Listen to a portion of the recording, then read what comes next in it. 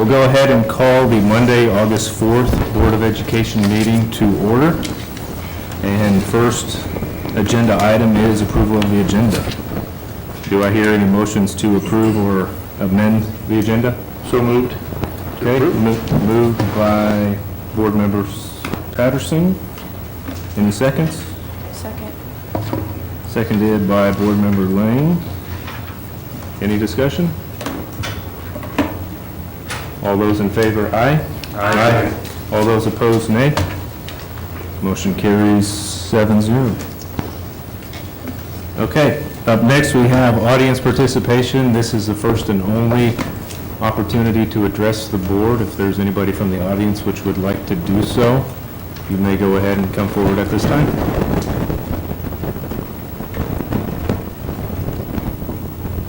Okay, seeing as we have none, we will move on. Report of committees. We have site council reports from all the schools. And I don't know, Dean, did you kind of want to give an overview? Or? Well, we just had asked the site councils from every building to come and do an overview of last year. And I know there was a few just general questions and trying to get some input on how things are going. Okay. Well, up first we have the Hays High representative, Dr. Joey Lynn.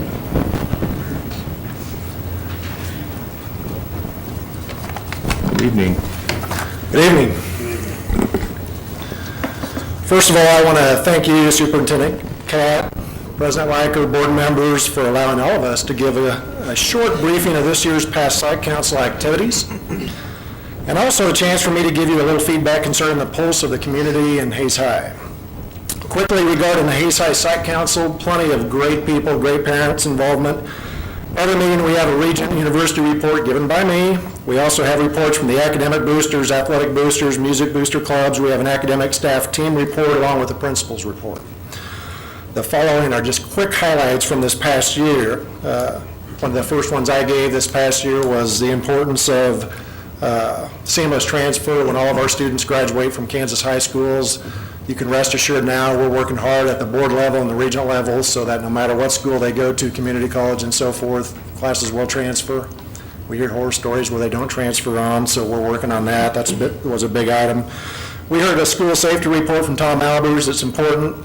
Every year we get an update from Tom on this because parents in the community want updates on what could happen or will happen if situations happen in our school. So it's always good for us to get a briefing and update from Tom. Does a wonderful job. We also every year want projected enrollment patterns. We will explain what's happening, and it's nice to know at this point at least there seems to be a growth in the district over the next number of years, and we're excited to hear that. Then this past year we heard the facilities committee, and we talked about that and had someone come in, discussed, and we gave input on the general concerns and the need of Hays High School. I think we would all agree there are facility needs across the district, and the committee has done a great job outlining some of those needs. Two of my daughters graduated from Hays High and spent their entire years in the Hays School District from first grade through high school. I currently have a freshman entering Hays High, so I've seen firsthand the facilities at other schools in the WAC and schools outside the WAC. Are our facilities in USD 49 the worst in western Kansas? No. Do we have the best facilities in western Kansas or the state of Kansas? No, not even close. I'm sure we will have to pass a bond issue in the upcoming years to get our facilities where we want them, and I'll touch on that more here in a minute. Budget was discussed, of course, in depth on the current situation with our district this past year and how the board may go forward with cuts. Of course, everyone has their own opinion on what's important and what's not important. You have had to make some tough decisions over this past year, and I applaud you for not leaving any rock unturned. I think it's important to ask the tough questions to get answers to these questions. Accountability is a key with the community, and the taxpayers want to make sure all of our money is well spent. Superintendent Catt did make a presentation to our group this last year concerning the LOB that was coming up. That was voted down this past year, but I want to tell you, Dean did a great job presenting the facts and getting all of our questions answered that we had from our site council. Finally, at every single meeting, we heard about all the wonderful things that our students were doing, whether it's in the National Honor Society, the chamber singers, all the music activities, band activities, how they performed at state, the excitement of the state basketball run for our boys team this past year, along with the success of all of our sports teams. And let's not forget the most important part, the incredible academic accomplishments our students have received. The academic abilities combined with the co-curricular activities creates the entire student.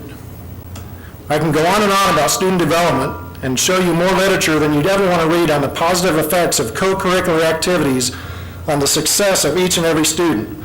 It's not anecdotal, it's not hearsay, it's a fact. We have to continue to make strong academic and strong co-curricular options available to our students. This must be a priority, and there should not be a charge for this. As a parent of this school district, I couldn't be prouder of the teachers, the staff, and administrators across the board. When time gets tough, they pull up their bootstraps and get it done. They do it for the students. I have 5 older brothers who every one of them are either high school or middle school administrators, teachers, and or coaches throughout the state of Kansas and also other states. When we get together one time a year, they tell me about their district issues, about their student issues, about their parent issues, and of course, about their board issues. Ha ha ha ha. I get a kick out of those. While we in USD 489 have our own issues, not unlike a lot of districts, our outcomes continue to be phenomenal, and it's because of the employees in the district. The teachers go above and beyond daily for their students. The staff goes above and beyond daily for the students. And the administrators in our district are there day and night, 7 days a week, 365 days a year for the students. So let me finally get to your questions. How has the board helped Hayes High this past year? How has the board hindered Hayes High this past year? What can the board provide or do to help our school next year? What are the school's best successes and failures this past year, and what contributed to those? Here are my personal thoughts and answers to those questions. You have hired exceptionally wonderful administrators in this district. Let them do their jobs. Let them hire the best and brightest teachers and staff, and also do what you can do to give them the resources to be able to retain those teachers and those staff members in our district.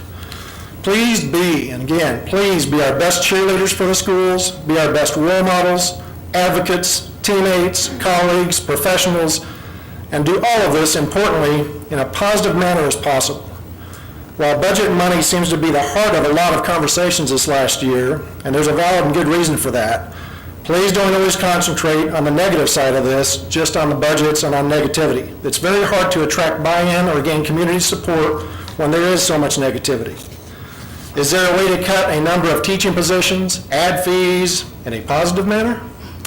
Probably not that easy, but as these conversations take place, let's continue to touch on the value-added benefits of the great things that USD 49 education gives.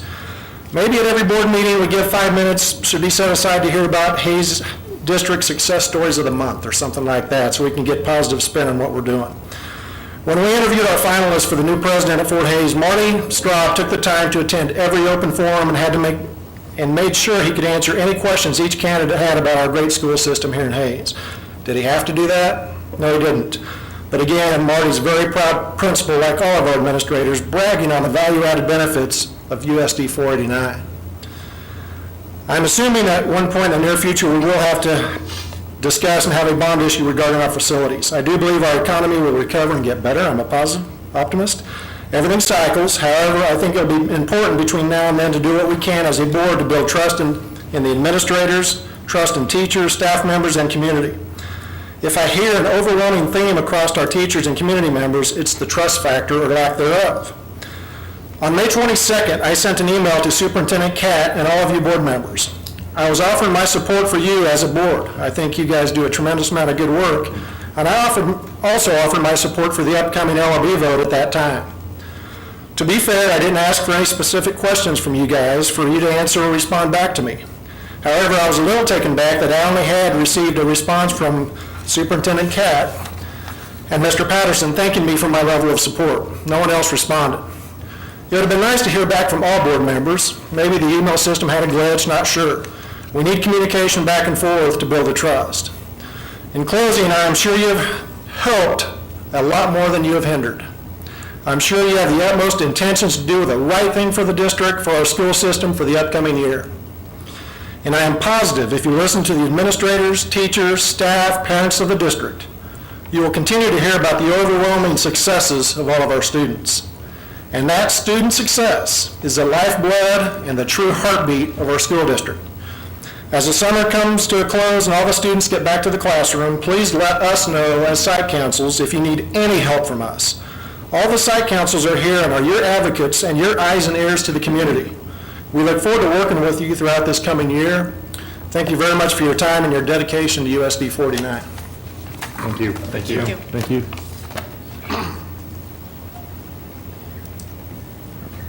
Okay, up next we have Hayes Middle School. We have Marcy Listman and Jennifer Teggett.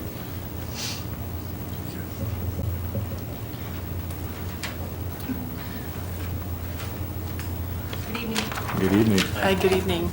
First, we'd like to thank you for serving on the school board and being there for our teachers and for our children. We'd also like to thank Mr. Pallister for being our principal and for Michelle Brungart for being our teacher rep for the home and school. We met on Tuesday and discussed the questions that you presented. The first question was, how has the board helped your school this year? Last year, they completed a new addition, which had 8 new classrooms, which helps our class size. And of course, this year, they completed another addition, which will also help our bigger class sizes, which are coming in the near future. How has the board hindered your school this past year?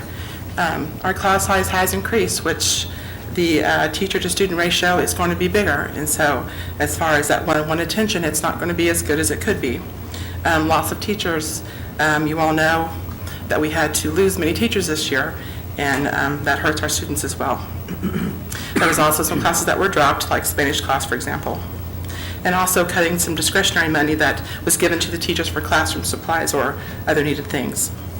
How can the board provide or do to help your child or to help your school next year? Just bring back those classes that were dropped.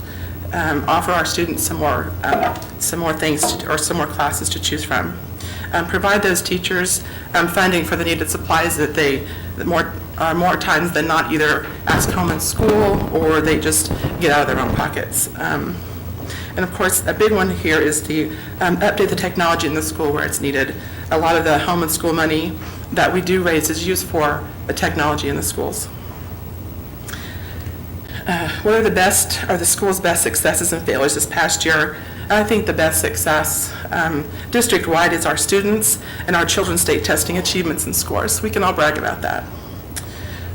This year, as a home and school, we funded many projects for all grade levels, 6th, 7th, and 8th. We've funded the quarterly Student of the Week pizza parties, which the kids really enjoyed. Our projects, books. We've also actually bought, it's called Study Island, and it's a reading module. It's online, so that's also helped our students. And we also have set up a $3,000 technology fund, which will be continued every year to help with that technology fund. And then the failure we thought was the biggest obstacle we are facing in the home and school at the middle school level is parent involvement. We have now less than 10 parents who go, every month to attend those meetings. And so we would love to have more parents on at home and school. I know it's time, et cetera. We all have those same, excuses. But, we only have one shot, and it's an important one. My name is Jennifer Teggett. I actually was not at the meeting. I couldn't be there this week. So I just have a couple things, and I know the gentleman that already spoke touched on some of those things. So mine's going to be sort of pieced together. One of the things that I wanted to let you know is that I came from a high school much, much larger than this. And I've also sent my son to schools much, much smaller than this. So I've been kind of on both ends of that. But the one thing that was the most important thing to me when I moved here 2 years ago was the school. There was no way we were moving here if the school was not someplace that I could send my son. And so I was extremely excited to have 2 good opportunities to do that. And I think in your position, it's important to remember that Hayes tries to keep people here and tries to bring people here, and you can't do that if your school's not good. So one of the things that I hope is that, I know you all had a rough year this past year, and I don't really know all the ins and outs. But I just hope that all of the checks and balances that need to be in place in any type of business organization, which I know a school board never wants to be considered that, but in any kind of government business, anything like that, you need checks and balances to keep things in place and running smoothly. So I hope those have been looked at and taken care of. The other thing that I wanted to say, were just some things, and these are not all my ideas, I will not take credit for them at all, but just things that various people have told me. Back to the business side of things, do we do simple things like, do we have fuel contracts like big airline companies? They buy their fuel at a set cost and it's cheaper, or do we go to the gas station every week and just pay whatever the going rate is? Do we do that with paper? Do we do anything in bulk? And I don't know the answer to this, I'm just bringing it up as an idea. If it's been looked at, fine. If it hasn't, then maybe it's something that you can consider. Just anything that's big and bulk like that, do we do it? The other thing that I don't know exactly if it's cost prohibitive or not, but I noticed this because my son plays a few sports. I don't go anywhere that sells billions of bottles of water and pop and they have a recycle bin right there. It's always trash. And I know I have a farming family that they have reduced their trash, and it's just one family, but they've reduced their trash down to like one bag every 6 months. And I know a school's never going to do that, but can we recycle? I know we recycle paper and things like that, but can we recycle some of those bigger items? You've got thousands of people coming in and out of Hayes High School probably 5 times a week. Can we get rid of some of that stuff and save some costs there? You might, I don't know if it would offset or if it's just too much trouble, but those are just some of the ideas that we thought of. Do we have computers? Do we have maintenance? Do we have contracts for all those kinds of things, or do we just pay whoever's willing to show up and do it? So, and then the other thing I think he also touched on, but it was something that I thought of too, is now that since we did lose some teachers last year and we're at a set level, are we prepared to help our administrators keep the best possible teachers and staff that they have, or go find new ones that might be better for our children? So are those kinds of performance management type things in place to help them do their jobs a little better? So those were my random thoughts. Thank you very much. Thank you. Thank you. Up next from Washington Elementary, Eber Phelps. Hi, good evening. Thank you, Mr. Chairman and members of the Board of Education. Thank you for the opportunity to appear before you tonight, as well as I want to thank you for your service to USD 49. For many years, I've often said that a community such as Hayes should be pay closer attention who's on their Board of Education than they do their representatives in Topeka or Washington, D.C. for that matter. Obviously, you're on the front line, you're right there, you deal with the cards that are presented to you, and obviously take the brunt of criticism, oftentimes not enough compliments. Tough job. I fully understand everything you guys go through, and really very sincerely appreciate all of you stepping forward representing the future of our community, that being the students in our grade schools, middle schools and high schools. We, as a site council at Washington Elementary School, like to really brag about our school, and so I want to focus on the positive and say a lot of nice things about our school. Would have to first agree with about everything that Mr. Lynn said when he was up here. I think about everybody here representing a site council could obviously echo a lot of the things he pointed out. I have been a member of the Washington Elementary Site Council since 1992, when Board Member Schwartz and Board Member Bickle were teenagers, and Board Member Lang was not even in grade school yet. So date myself there a little bit. I'll never forget when QPA first came out. Everybody kind of dove into it, not really with any direction. So after we were a site council all over the state of Kansas, everybody was on site councils for about a year. I remember they had a meeting in all the districts, and it was, what's a site council supposed to do? So everybody was kind of adrift out there for about a year. Over the years, we've had some great site council members at Washington Elementary School and great faculty and administrators.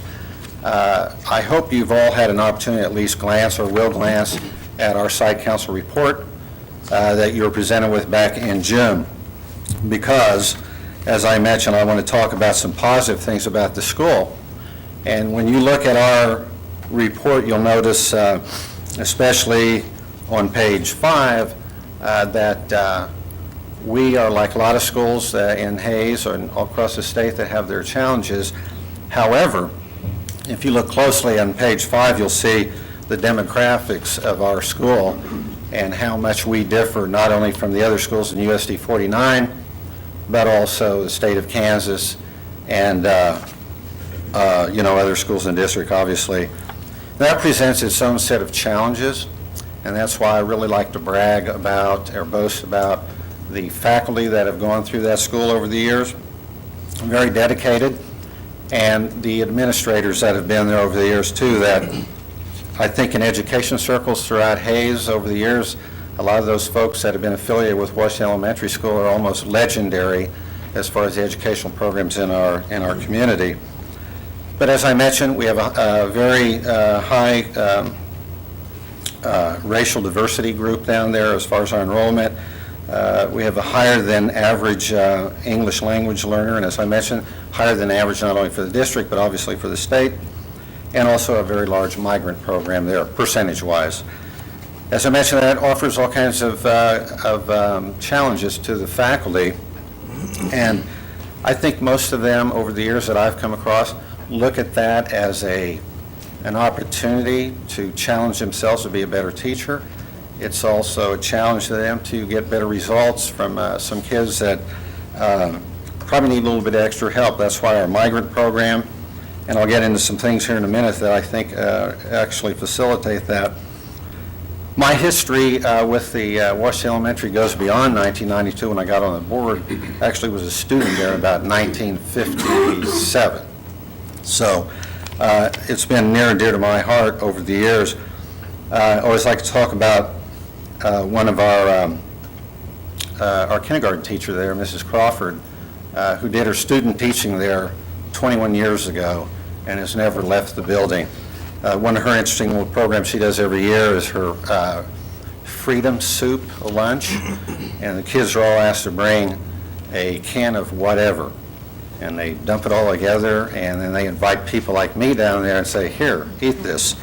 And there's been SpaghettiOs and everything floating around in there. Lost one of our, not to a tragedy or anything, but lost one of our longtime board members. Many of you knew Terry Manell. He moved to Topeka, much to our disagreement with that, but that's where he grew up. After retiring from the Extension Service, he decided to move there. And so we miss him dearly. Sent his children to Washington Elementary School, just like our principal, Mr. Park. And so I want to get into a couple positive things here. One of the things that we would like to recognize that the board and the district has done this past year has really helped out, and that is to maintain our building and to provide those upgrades that are necessary. The school is solid as a rock. It's been well maintained over the years, and just yesterday I was there during enrollment of all times, and I marvel at that school, at the condition that it's in. We have done some things, though, to get around. I shouldn't say we, the administration there has done and the teachers have done some great things and created some partnerships to get them through the tough times. Had partnerships with Fort Hays State University, the physical education department a few years ago when funding was cut for PE programs. Started noticing kids with weight gain and behavioral problems. Formed a partnership with the physical education department at Fort Hays where they do come back to school now and have kept Washington Elementary in their rotation, whereby the kids are once again getting some physical activity, and they have actually noticed a reduction in disciplinary issues. In fact, on page 4 of our report, when you look at disciplinary slips, you'll see that we are doing quite well at the school. I keep saying we. I do kind of take a little bit of ownership of the school, but owe everything that's done there to the faculty and staff as well as the administration. We have a great partnership with our Home and School Association. probably aren't able to financially provide a lot of the revenue, I guess you could say, or raise as much money as a lot of other schools in the district. But what they lack in actual dollars, they do provide with blood, sweat, and tears, and just a volunteerism that is really admirable. So they've done everything from playground equipment upgrades and so forth, and so they're very well appreciated and try to help wherever they can. We also have a great partnership with Fort Hays Education Department as far as reading instruction. That's been a focus at the school. And in addition to, the regular reading programs, they have after-school reading program 2 times a week. This adds an additional hour to those 2 days that they do that. And when you're dealing with children in the formative years, obviously that is a very key thing. Also, in helping with the reading program and learning, we have had a great partnership with the Rotary Club in Hays. They have a program there where a couple times a year they come and they provide each student with 1 or 2 books. They do that twice a year. Interesting thing that I'll get to here in a moment is how that partnership with the reading program has continued on. But anyway, those are a few things that took place this past year. I'd also like to point out that I have a whole list, and it's in that report, the June report, with our Fort Hays reading program, the Read With Me program after school, Fort Hays science program, Scholastic Book Fair, the family nutrition program, and just a number of things. So it's been a busy place, as are all of our schools in the district. And I just think that is a key thing in light of everything that we've had happen as far as funding cuts from the state level. Now, what's coming up next here in the coming year is the College of Education and Technology at Fort Hays State University received an $18,000 Kansas Health Foundation grant. And that's going to serve several purposes. One is their whole thing was they were putting this money forth because there's been so much research done on bullying. They figured that bullying affects about 70 to 80% of all the school children in the United States. Whether or not that's true in our district, I'm not real sure, but nonetheless, it does exist. So they're putting their efforts forward in that area. Now, currently, we have undergraduate students from the Department of Education that provide research-based reading interventions to at-risk and struggling readers during the after-school tutoring program. And as I mentioned, that's that extra hour each on 2 different days of the week. The grant also will allow the elementary students to keep their books at the end of the day, which will encourage them to create a home library and share their books and reading experiences with their family and friends. This is very important in the English language learner students as well as our minority students. At the end of the semester, the undergrad students from the Institute of Applied Technology, this is another partnership that has been developed, and that students from the Applied Technology are going to help these kids design and build their own bookshelf so they can form an at-home library. And obviously, a lot of these kids probably don't have that opportunity to have the reading material necessary. This is going to allow that. And so I wanted to, and I'll hand this to over this way for you to add to your reading if you want to take a look at our site council report. But this is an answer to 2 educational dilemmas that turns out to be fun. And that program, I'm going to look it up, is called, because I don't want to mispronounce it, I believe it's called Finacity. And that's part of our reading program there at the school. And what happened in the Department of Education, they had Dr. Joyce Ellis was teaching future physical education teachers in her elementary physical education curriculum course, which is instruction and teaching methods and class management. Now, for students to demonstrate the necessary skills, they had to develop a lesson plan and teaching activities that teach motor skills and movement concepts to the other students in the class. She felt this was an unrealistic model because college students do not normally behave like lower elementary children. So she's decided to bring that program to Washington Elementary School so that, and that serves 2 purposes. The reading purpose, all that, it's part of the teacher education program at Fort Hays, helps those teachers have, I guess you call it hands-on And likewise, the program here helps teachers that are developing a model and actually dealing with real-life students. I would also point out that the principal, Mr.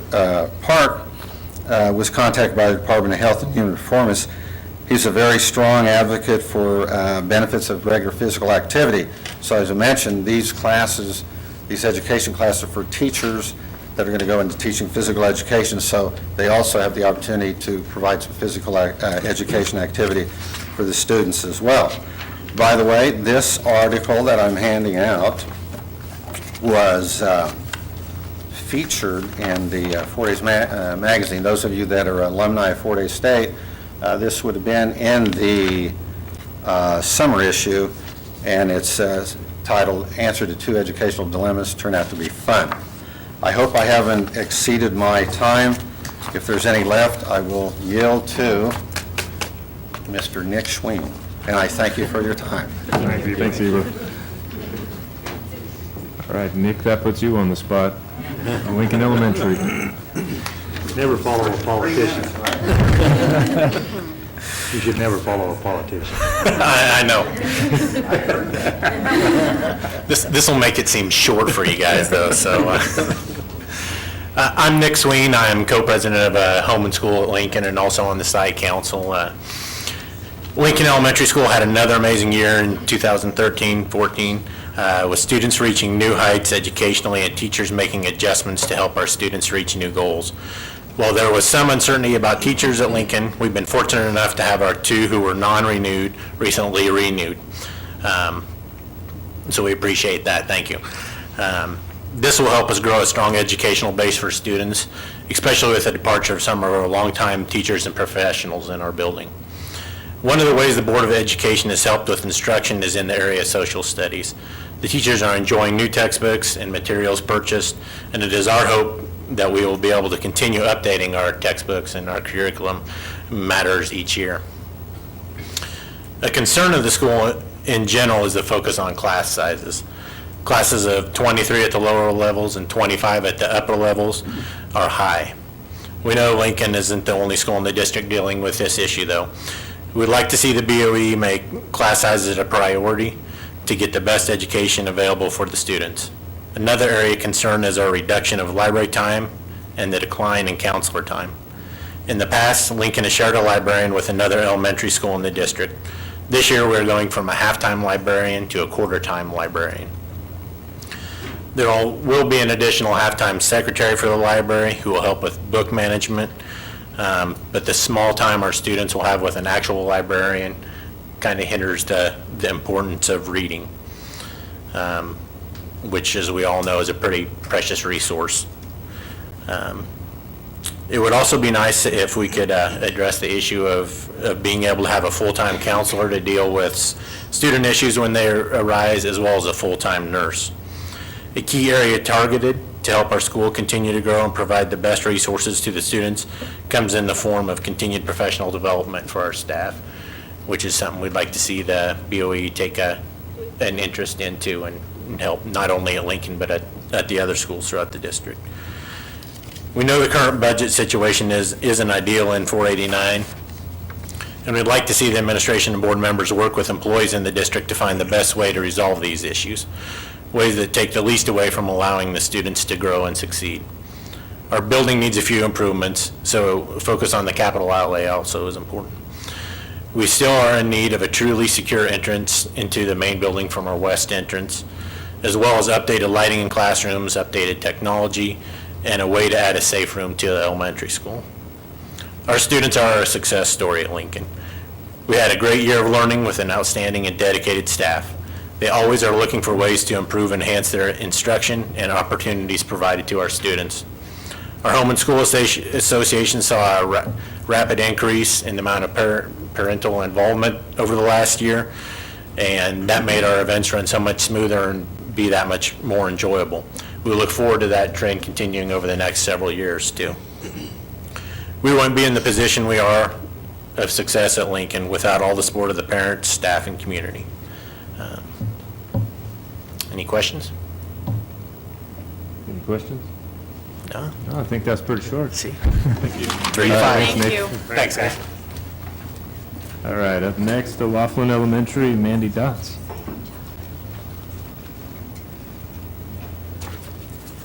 I too want to thank you for allowing us the time to come and talk to the school board as a site council representative. And I'd like to thank Nancy Harmon as our principal, of course, for being so supportive of us. I too want to just say that everything that Mr. Lynn said were a reflection of most of everything that I was going to say and point out today. So I'd like to just focus on a few things specific to O'Laughlin. The questions that were posed to us as a site council I found very difficult to address specifically, so it's a bit of a summary. I posed those questions to many parents and teachers at O'Laughlin, and many of them, since we're in the hardship of enrollment right now, just looked at me with a blank stare. First of all, my daughter is in a classroom that's going to be having probably 28 or 29 students this year.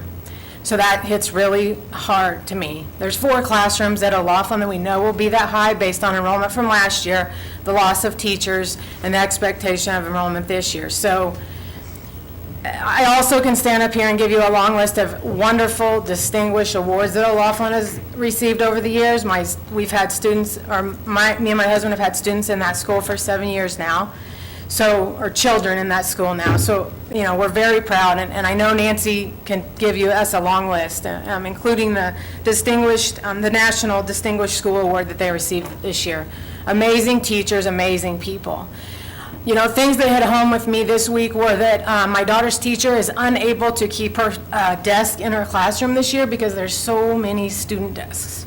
She's going to have to keep her desk and her filing cabinet in another room. That is devastating to me. And I don't mean to be a buzzkill. I know Mr. Phelps did a great I too didn't want to follow his presentation. So I hate to be a huge negative person. I don't mean it that way at all. But again, just talking to the other parents and teachers this week, I was having a hard time. Through site council, what the things that we talked about this year seemed to be the hardships we were going through. First thing last year we talked about was the Victory Road issue. How are we going to get our students to school? How are we going to get them there in a timely manner so they aren't in a bus or on the road, or what's safe? But obviously, with the help of you and our administration at O'Laughlin, we very much made an agreement, and it worked very well the last day at the last minute. It was very stressful for everyone, so we didn't know what to expect, but it worked out. I know there was discussion about the budget or the classroom funds for the teachers. It was my understanding that there was a freeze on that budget, or that amount at the end of the school year last year, around March. So then that put, at O'Laughlin, as you know, we loop. And so I know that the teachers are behind on their classroom needs now, and then that the budget has been decreased for this year. So I'm concerned about that. Unlike other schools, I know there was concern about not having as much parent support and funding support. Our PTA has provided our classrooms with amazing things. The Promethean boards, and the list goes on and on. So without our school's support of our parents, I know our technology wouldn't be where it is today. I know there's iPads in our building and those Promethean boards that are amazing. So, and they're open for the parents to come and see. The other thing we discussed at Site Council is the issue that we had for crossing guards to safely get our kids to school and our lunchroom monitoring.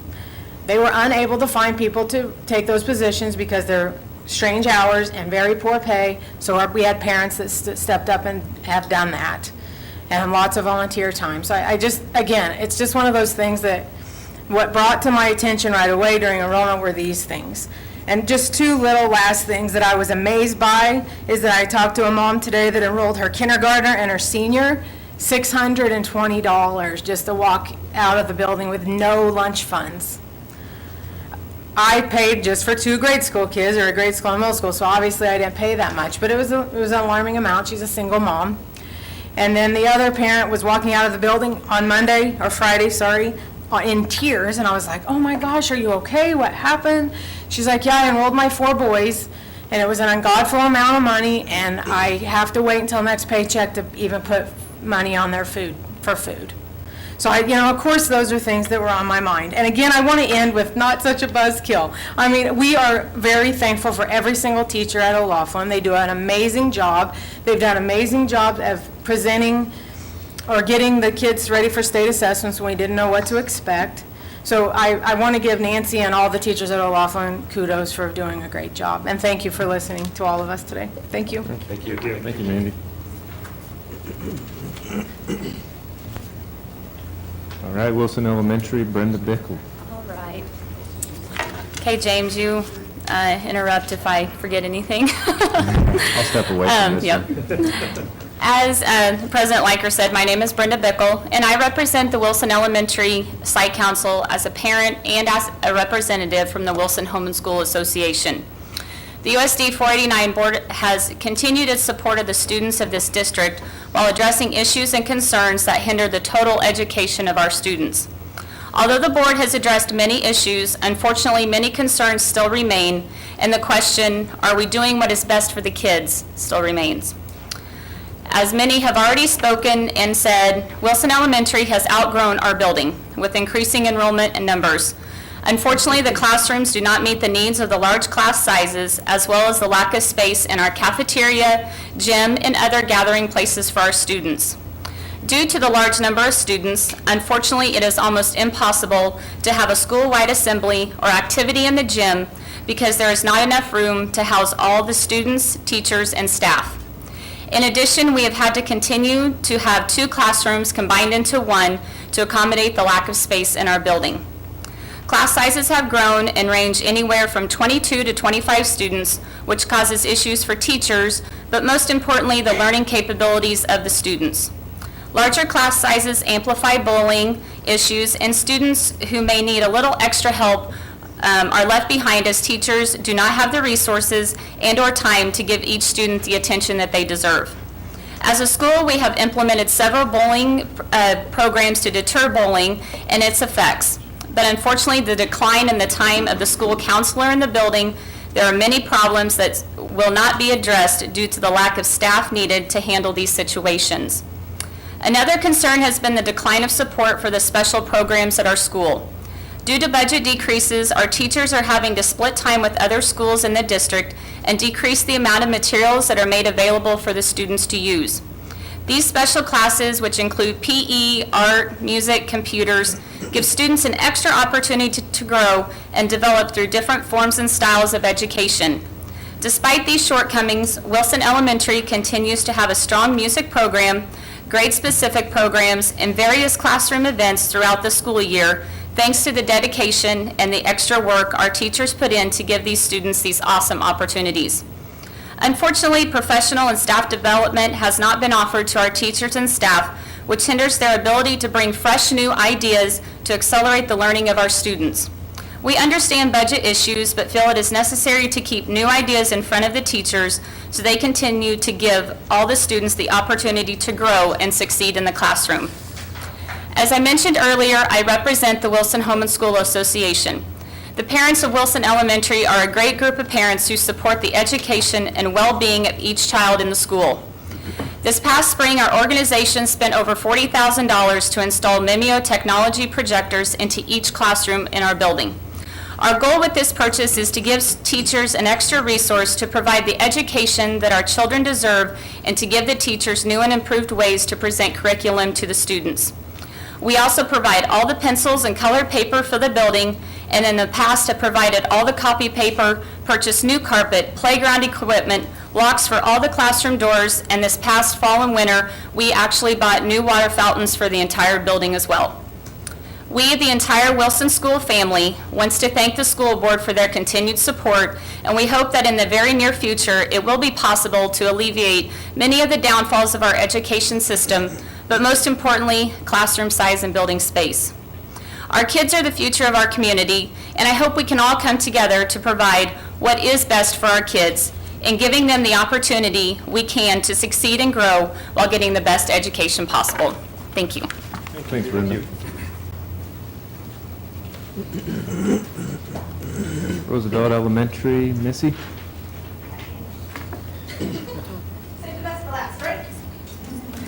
Absolutely. All right, I have those little handouts, and it's what I have. I am Misty Drogemeyer. I am currently the president for Roosevelt Home and School. It's my 9th year on the board. I started when my son was a kindergartner. He's now an 8th grader, so, and then my daughter's a 3rd grader there.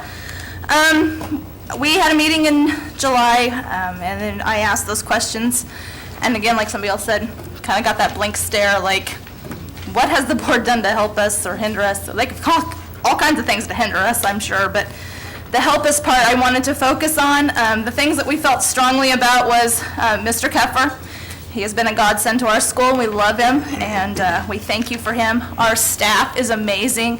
What they can do with what they're given is just incredible, and they work so hard for our kids. Another thing we talked about was we had the facility committee come through and ask a lot of questions, and we really appreciate that, seeing our building and coming through and talking to teachers and staff, and Home and School was there when you guys did that and those kind of things. We look at hindering, a lot of people have touched on the support staff. We do share a nurse, we do share a librarian. The librarian is now shared with the other largest building in the district. So this year, in past years, Home and School has paid for an author visit. That won't happen. She doesn't have time to do that. Probably will not have a book fair. We don't have anybody in the library to watch that stuff. That stuff will just walk out of the door.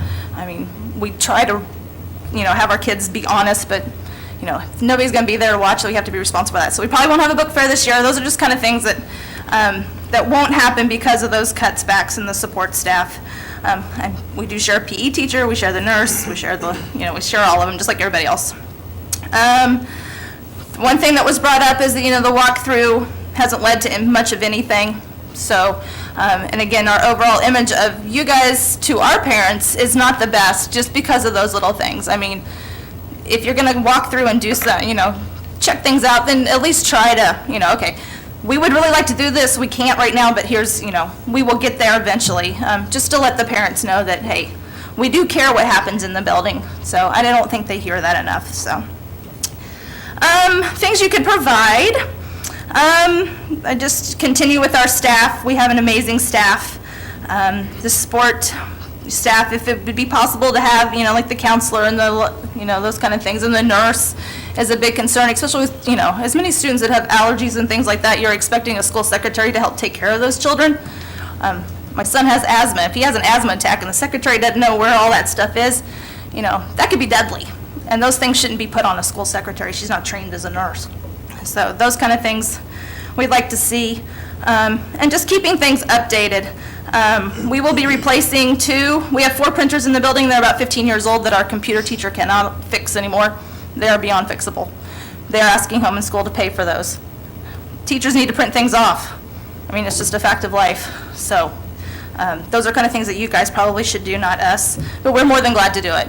Our parents are amazing. When we have fundraisers, we do 1 a year and that's it. We are able to purchase a whole lot of that stuff. So, but those are the kind of things that the parents look at and it's like, why do we have to buy books for the classroom? Shouldn't the school board be doing that? Shouldn't that come out of the budget that we pay taxes for? Those kind of things.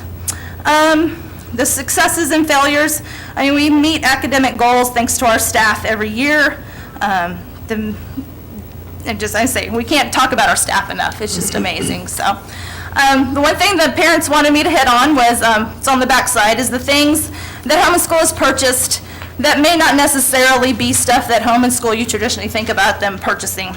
Home and School does Fun Day, we have Popcorn Friday, we have, we bring in people to talk to them. Those are the kind of things, the fun activities that students remember. But this is the stuff that we buy because it's the only way it's going to get bought. So every room in the building has a projector, a smart board, and a document projector. Those have been there for 9 years now. Those are things that we bought. We have a copier that we spend money on. Teachers home at night find some really cool worksheet that will help every student in the room. Well, they can't just go down to the office and make copies. They're limited in that number.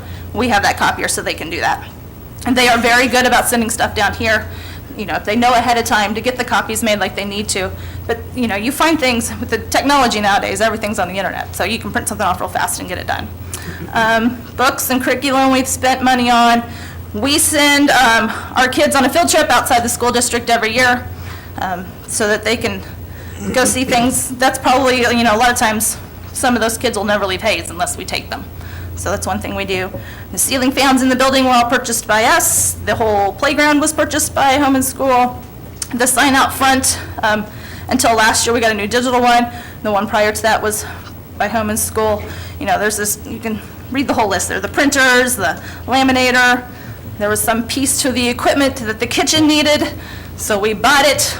You know, we don't always cook for Roosevelt, we cook for other schools too, so that helped quite a few students. So it's just those kind of things. And, you know, our parents are amazing. We, you know, do a good job of getting volunteers and things like that. And, you know, but, any questions? Actually, I do have one. Okay. Is a poofer the technical name for that That's machine? what they called it. That's what we wrote the check for. It's some seal that goes around the thing that you put the bread in to make the bread rise. Okay. I had never heard of one of those, so I just wanted to ask you. Poofer, that's what the bill said. Yeah. But you know, that's the thing, you know, why does Home and School have to purchase something to make the Right. equipment in the kitchen work? I mean, they cook for 3 other schools in that building.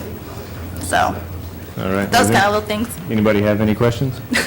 One question, you had mentioned the board walkthrough. Were you talking about the facility needs committee? The Facilities Committee, yeah. Mhm. Yeah. Anything else? Anybody, any other questions, comments? All right, Thank you. thank you, Missy. And I'd just like to say thank you for all the site council members for coming out this evening and giving the report to the board. I know typically we do that via paper form, but it's great to hear your guys' rendition of it in person and really relay that to the public as well, kind of the things the buildings need, what's being done very well at those buildings, because they each do have an individual personality to them. And so it's great to see that straight from you as you do work on the front line, and I know as one of those committee members that there are a lot of things that do go on in those schools, so I do appreciate everybody taking the time out of their evening and also the service you guys have provided to those individual schools. So thank you. Up next, we have communication from organizations. Dean. We have the minutes from the July 21st Rec Commission meeting attached. That is the only other communication we have.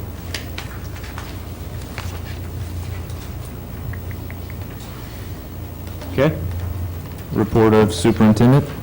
Just a reminder that we have the all-staff breakfast starts on August 13th, starts at 7 a.m. as far as mingling and eating the breakfast, and we'll start the program at 8 o'clock at the high school gym.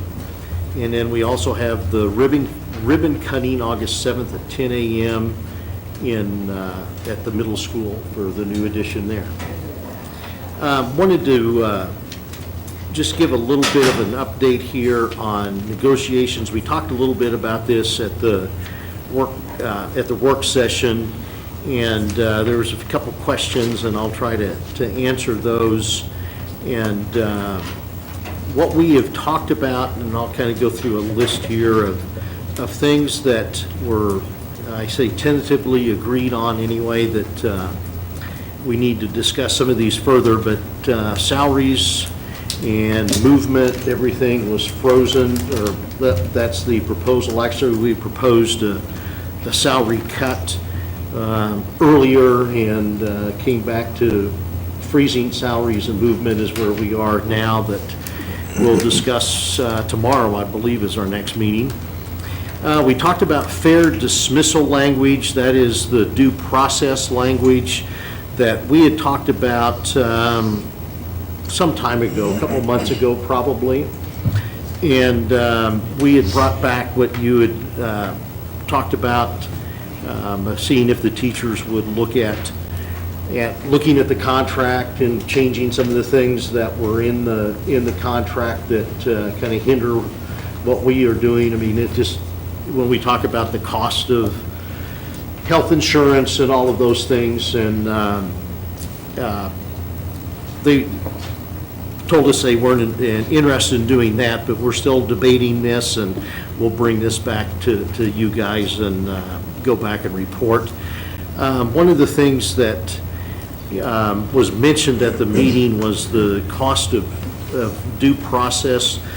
we spent, and it didn't go to the full hearing, but we spent about a little over $8,600 this year on preparing for a due process hearing, and that was one of the things that was discussed, the cost of that, if we just don't write the language or have that in there. Legislators are looking at that. That could change any time, obviously, and we'll just see where where that takes us with the legislative process.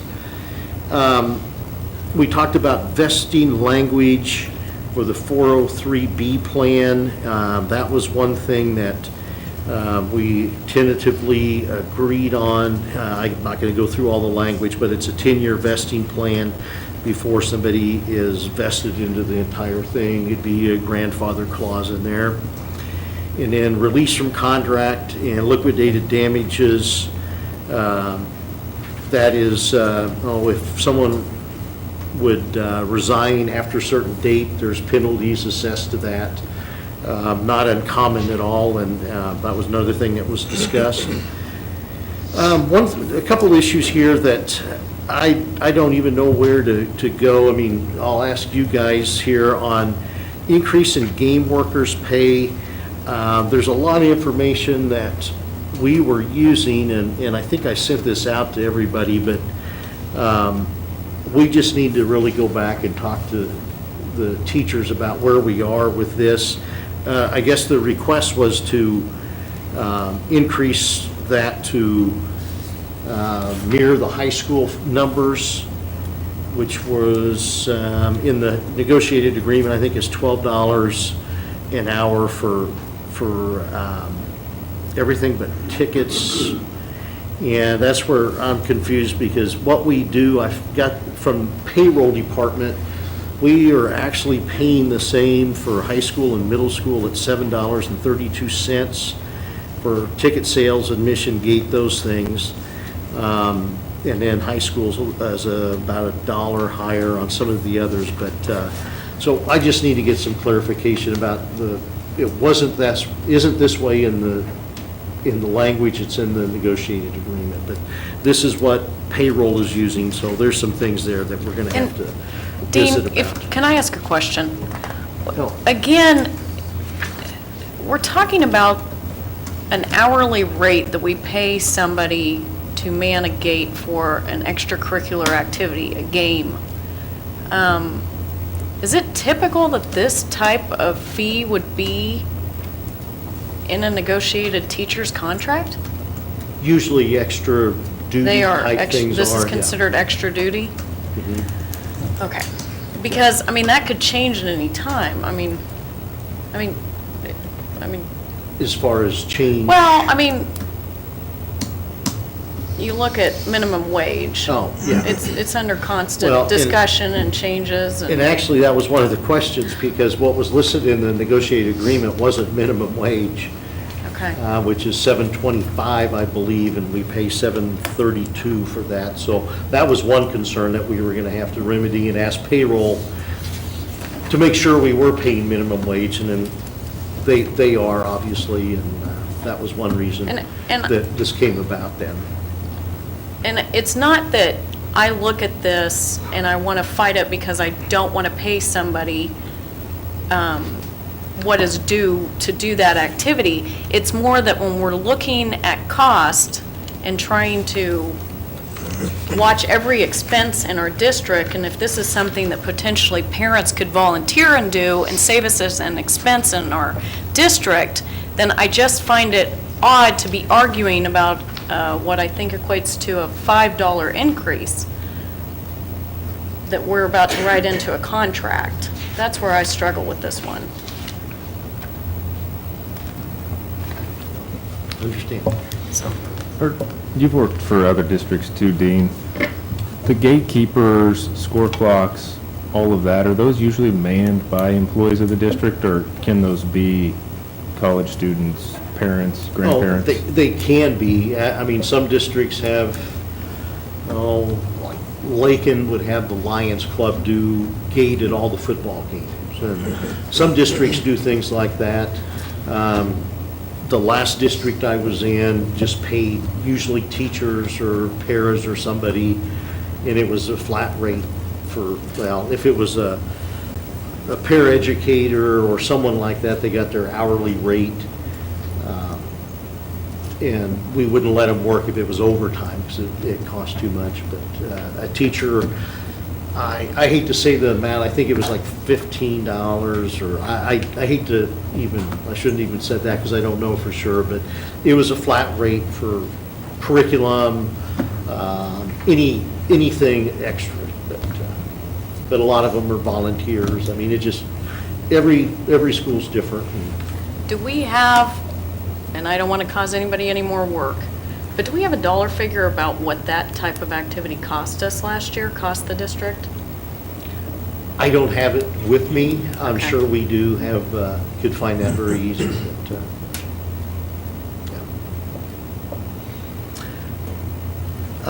And then the last one that we just need to go back and talk, because after we kind of got into looking at middle school cheer, dance, combination, and I know we had talked about everything needed to be revenue neutral, I guess is the term we used, about not increases and those things, and we started looking into this, and I don't have I guess there's contradictory information from like the middle school AD on what he thought was combined in this and how it was going to work. So we just need to get some more information on that as well. I honestly don't have enough to even share because it's changed quite a bit. So we'll be looking at that as well. So that's an update on where we are with negotiations. I think it's tomorrow, is that right? Tomorrow we meet again and we'll see where we go and do that. So. Dean, I have several questions, one of which is on the issue of due process, tenure, fair dismissal, whatever you want to term it as. We, in fact, started the discussion on that, I believe, and made an offer that we would look at that, but we wanted to be able to look at the other items we had listed and address those areas as well. Is that correct? Yeah. The health early retiree health insurance, basically, if you retire at 55, you get your health insurance paid in full until you're 65, was one of those things. Mm-hmm. The 403B was tied into that as well, correct? Yeah.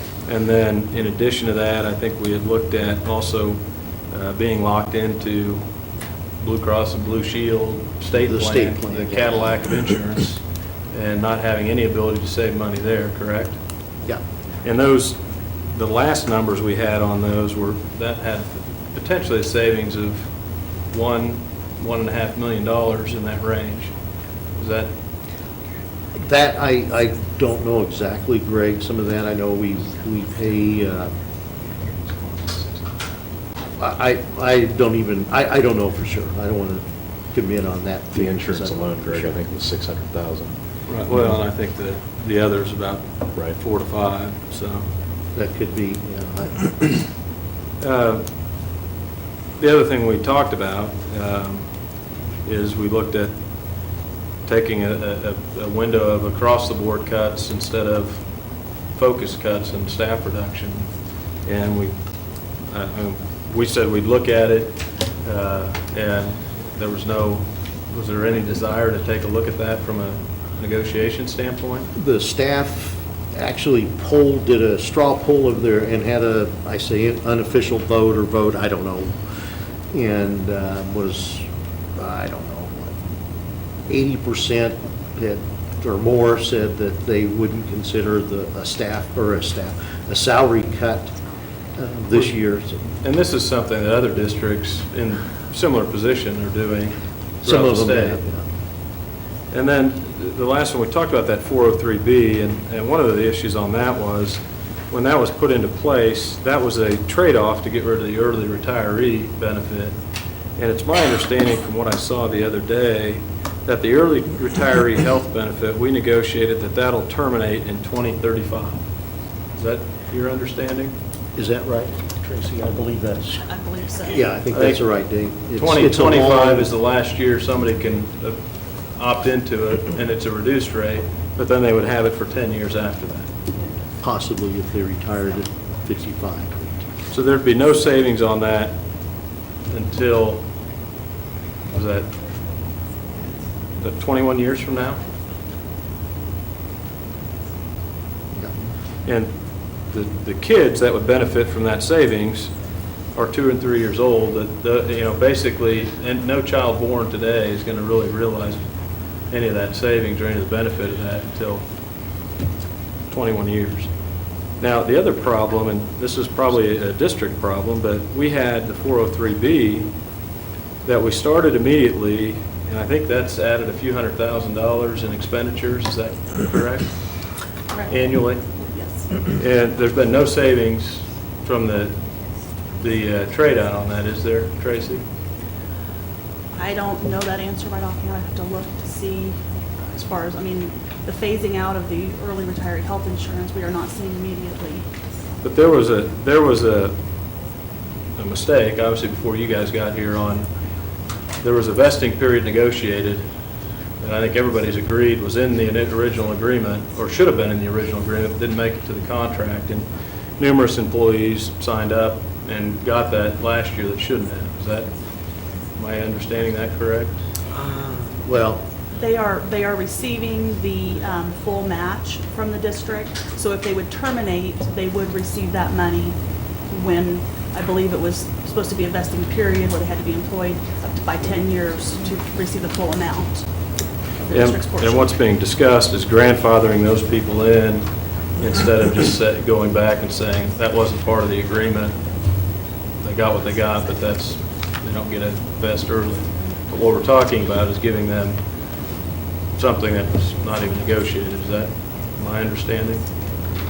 well, the way the language was written currently, it says that it would start immediately. That's what's in the agreement.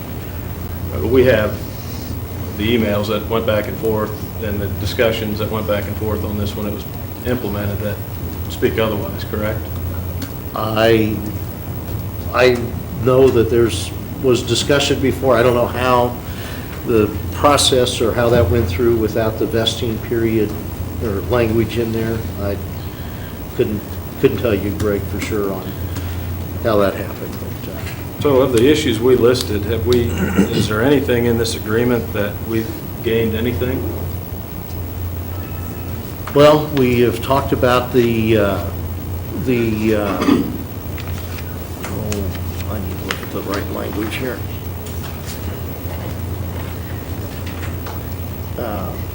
Liquidated damages for late resignations, and then you have the vesting language that would start now and continue forward, which wasn't in there before. But that's only for new people signing up, though. Correct. But it wasn't in there before. Other than that,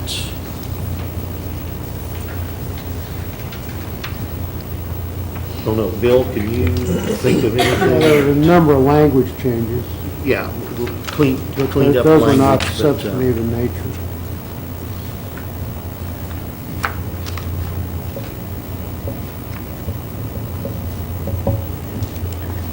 Have we ever calculated a dollar amount with the unlimited sick leave? $60 a day, is that right? $65 a day? How much we currently have sitting out there, if that would happen? I don't have the number right offhand. If my memory serves me, it's about $1.2 million liability if everybody would terminate at one time. I can get you that exact number, but I don't have it offhand. Isn't that something we ought to carry on the books as a liability? We do. Anybody who left last year is actually paid this fiscal year, so we do budget for that, for the people that we know are going to leave or have left. But the people who we don't anticipate through the year, we don't have that amount budgeted, so we don't know what that would be. Should we estimate, though? Because it's a very real liability, isn't it? Yeah. Right. Is there any way we can start paying some of that off early? If somebody has 250 days, can they start cashing in 25 days or 50 days so we're not paying full 250 days when they retire? That was some of the conversation that Tracy, I know, had with that leave committee. I think they were interested in trying to do something to alleviate the huge or unfunded liability that we currently have in that. So, yeah.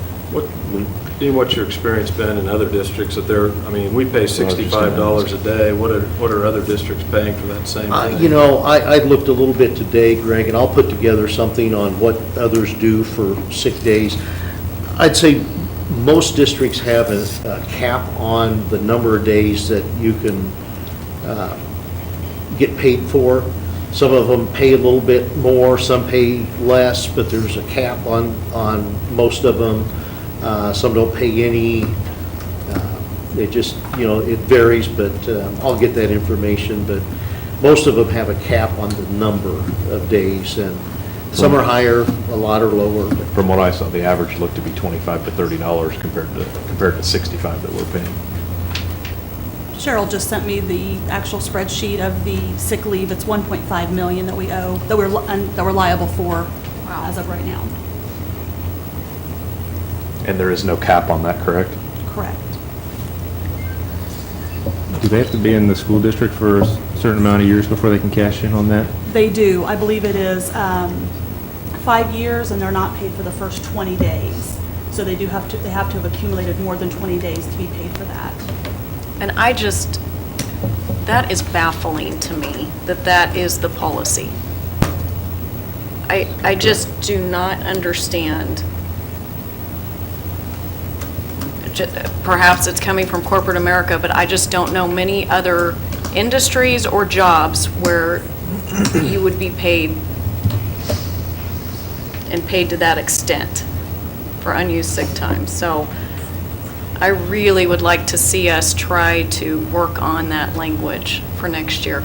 And Dean, I think as you explained to me, since I was new, that each side brings the topics they want to discuss for the negotiation period. They agree on which items, and then you move forward, continue discussion on those items. And if we could resolve, this is sort of the list that ended up between the two parties, and if we could resolve this particular year, then we can open the new year of negotiations. And I very much look forward to a partnership to try to focus on those items where we can reduce expenses in the district that are not, I know a salary cut is not something that anybody wants to discuss, but there are other opportunities, such as the health insurance, that really could be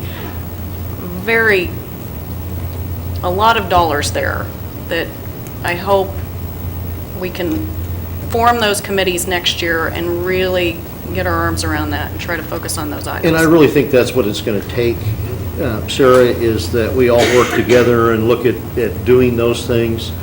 Because you really look at our budget, and I think Tracy just figured it, but I think we've been using like 80%, 86% general fund, supplemental fund going to salaries and benefits. And benefits, yeah. Which is very high. But until we look at those figures and try to come up with a plan, it's going to be difficult to add or do much of anything unless we see this big increase in enrollment, which I think we'll see. Well, but even then, we've heard from all schools. I mean, we have tremendous issues. We have class sizes and we have facility needs. Exactly. I mean, we have supplies that are It's things that have been cut. neglected for years. I mean, all those things were cut starting several years ago, and now, I mean, there's nothing left to cut. And a lot of these things in the contract, such as insurance and stuff like that, do you see that in a lot of other school districts where they have the right to pick what insurance they get to stay with? It's always a negotiable item, and a lot of places that I've been and familiar with have a dollar amount, a fixed dollar amount Sure. that goes I'm saying, though, towards getting to insurance. pick what brand of insurance I've never you go seen with. that, but I'm not saying it doesn't happen. I've never seen it Well, just to put in perspective, the sick leave, That, if it's 1.5 million even, that's 23,077 days of sick leave, which is 63.22 years of sick leave that the district has on the books. But those are the things that, I mean, we really need, if we want to continue to grow and get to where we're not just strapped, we need to come up with some long-range plans on a lot of that. But that's the issues that we're going to face, so. Are there any other unfunded liabilities that we're aware of? Good question. Tracy, unfunded liabilities that we have other than the sick leave payback, I mean, our retiree health insurance that we pay for retirees up to age 65. Cheryl, you're going to have to help me with how that is budgeted. It's just an ongoing expense, and I don't know if we estimate how many we're going to have take advantage, or? We do our best to try to estimate for the next fiscal year budget. As Tracy mentioned, we always pay for it in the next year. We have that option. And so the people that we know are retiring, right, that retired last year and over the summer, we went into this year's budget, but we don't forecast because we don't know ahead of time who's going to retire, what years they're liable for. It's 10 years. At the end, it does trickle down to 7 years instead of 10. So towards the end, it changes to 7 paid years. So it does need to be budgeted. It does. And I did want to correct my math. That was based on a 365-day year. We have 179 contract days. And that's 128 years. That.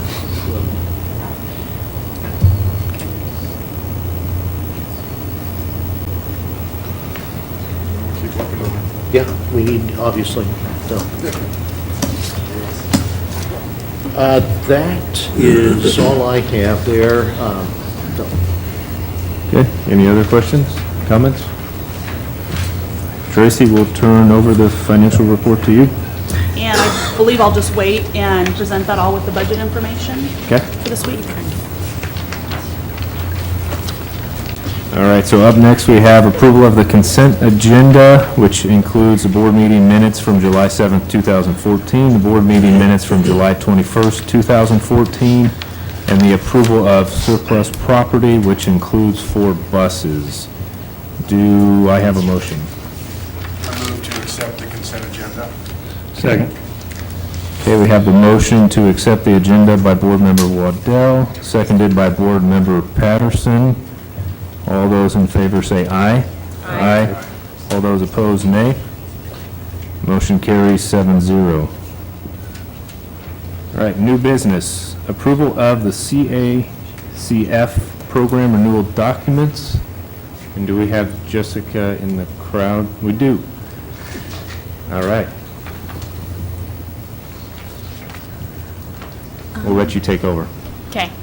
CACFP is the program that we use to get funding to provide nutritional services for our early childhood connections, 0 through 4 years. In order to continue the program this year, we just need to have this document signed saying we are following the guidelines. Okay. Do we have a motion to recommend that the board approve the CACFP renewal and authorize the board president to sign the renewal documents? So moved. Okay, moved by Board Member Waddell, seconded by Board Member Lang. Anybody questions? Discussion? None? All right, all those in favor say aye. Aye. All those opposed, nay. Motion carries 7-0. All right, up next, we have the workman's compensation coverage. And for this, I'm going to ask Don Hoffman to take a place at the board table here because of a potential conflict of interest by the board attorney.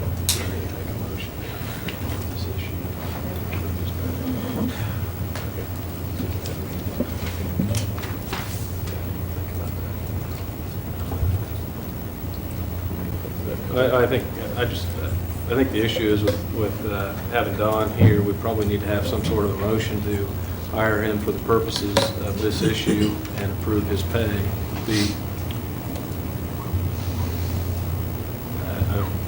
You wouldn't have to, but I think it's probably be a good idea. I would So- make a motion then to approve the board's hiring of Don Hoffman for the issue of dealing with the workers' compensation coverage issue. And I believe his hourly rate is $220 an hour. Okay, we have a motion. Do we have a second? Second. Okay, we have a second, so Board Member Schwartz made the motion. Board Member Bickles seconded. Any discussion? Okay, all those in favor say aye. Aye. All those opposed, nay. Motion carries 7-0. Okay, so now resuming on to new business B, the workers' compensation coverage. And Dean, I will let you kind of take over.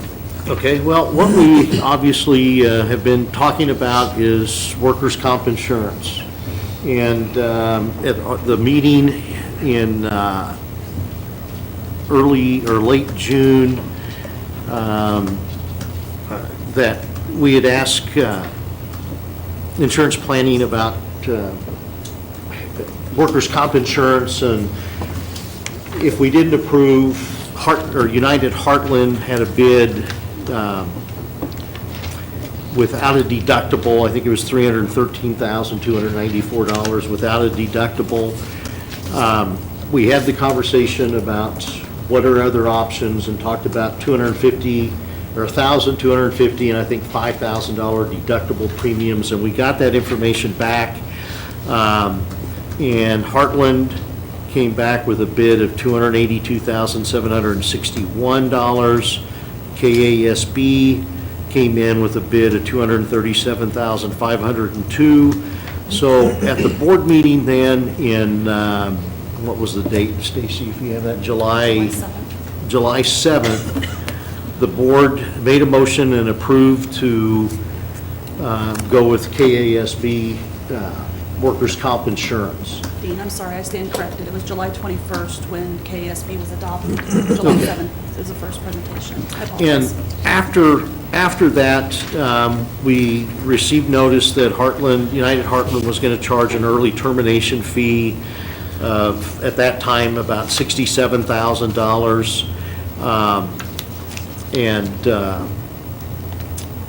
And obviously, that was a concern that if we were going to go with KASB, we're going to end up paying this other penalty for early termination. Well, we didn't, and I'll let Don explain that, the legal issues of that, where we didn't make a motion or approve anything other than KSB on the 21st, when we first started talking about this process.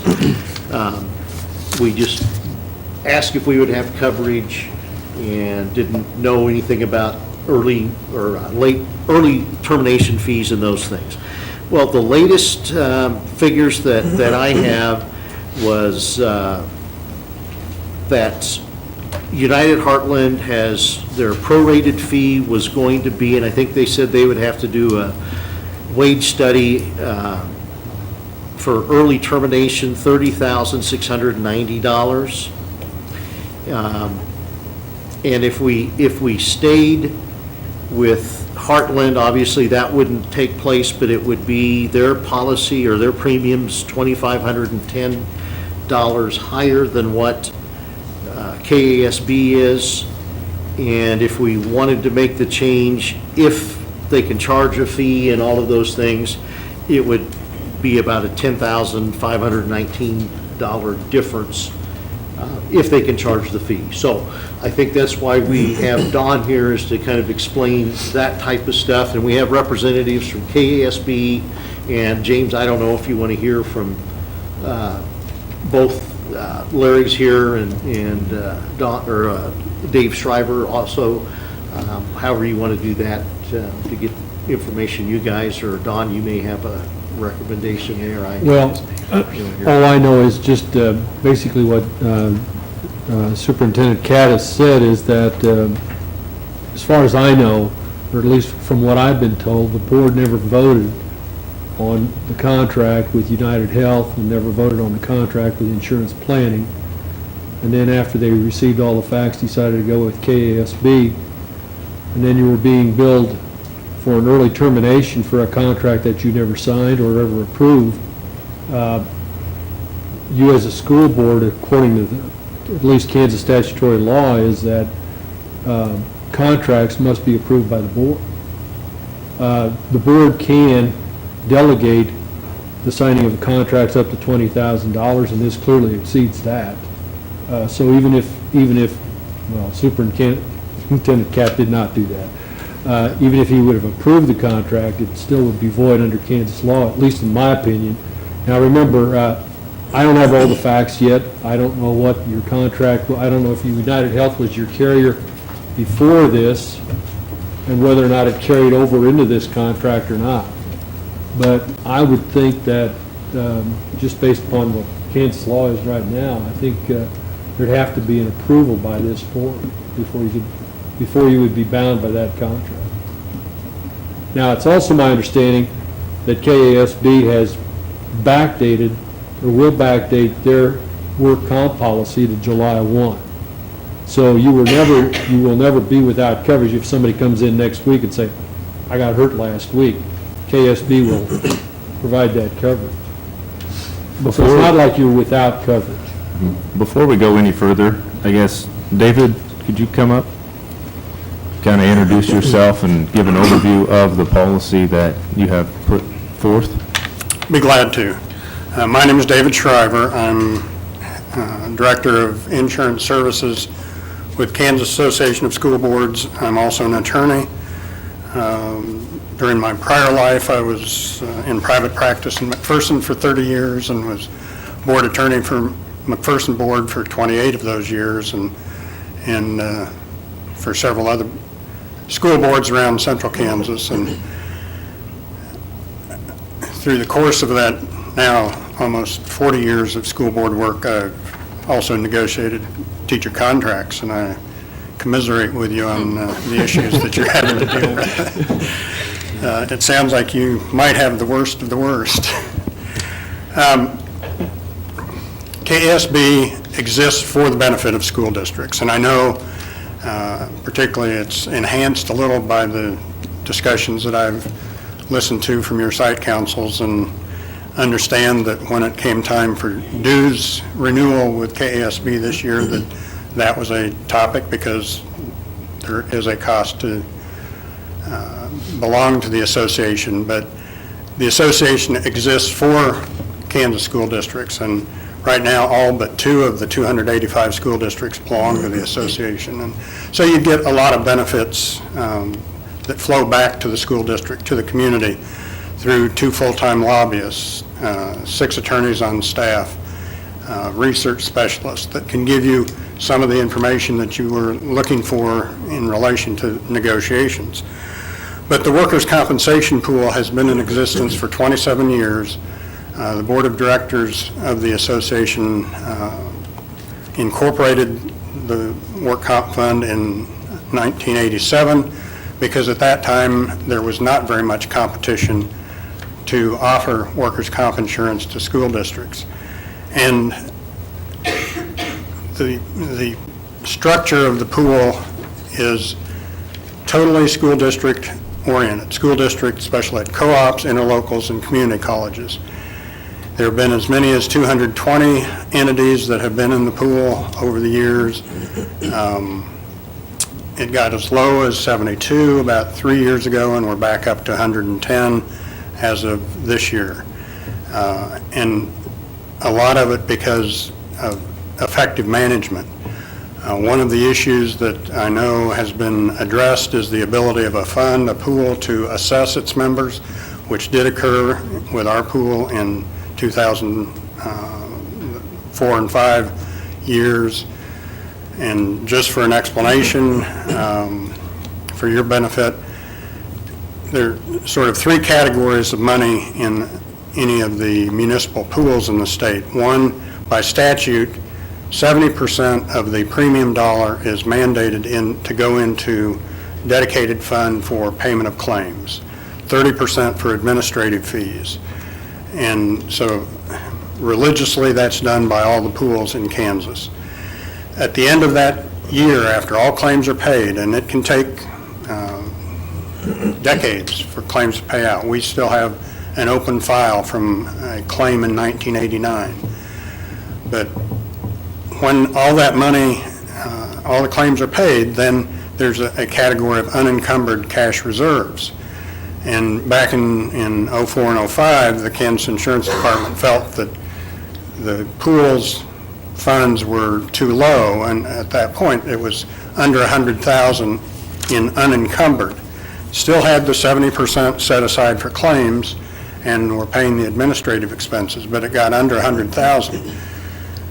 Over the next several years, the management changed, and we went from getting an actuarial report every 2 years to getting one quarterly.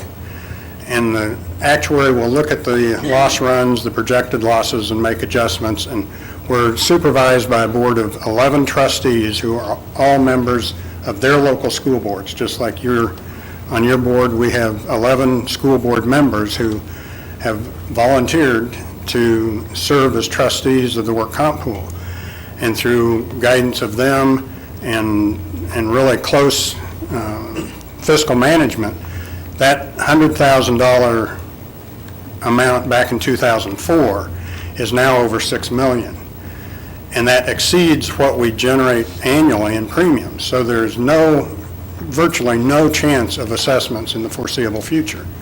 So even though it is a possibility with pools, it's realistically not going to happen anytime in the foreseeable future with the KSB work comp pool, because it is managed very fiscally sound. So the policy that we're offering is just the same developed policy that we would offer to any district. Premiums are based on your modification factor, your risk factor, and that's the 3-year historical average of claims that have been paid, and your estimated payroll that is provided to us. And we have 3 levels of premiums based on how safe the workplace is. NCCI, National Council on Compensation Insurance, submits to the Kansas Insurance Department projected fees or projected premiums every year. And a 1.0 is a safe district. If you're below that, you're very safe and you have very few injuries. If you're above a 1.0, you're not very safe in the workplace. And we have some entities in our pool that have more than a 2.0. So they have some challenges with workplace safety. And we have several that are in the 0.7, 0.8. And so we have never declined to give a quote to a Kansas school entity that has needed insurance, which gives the school entities the ability to not have to go to the assigned risks plan that's directed by statute and monitored by the Kansas Insurance Department. So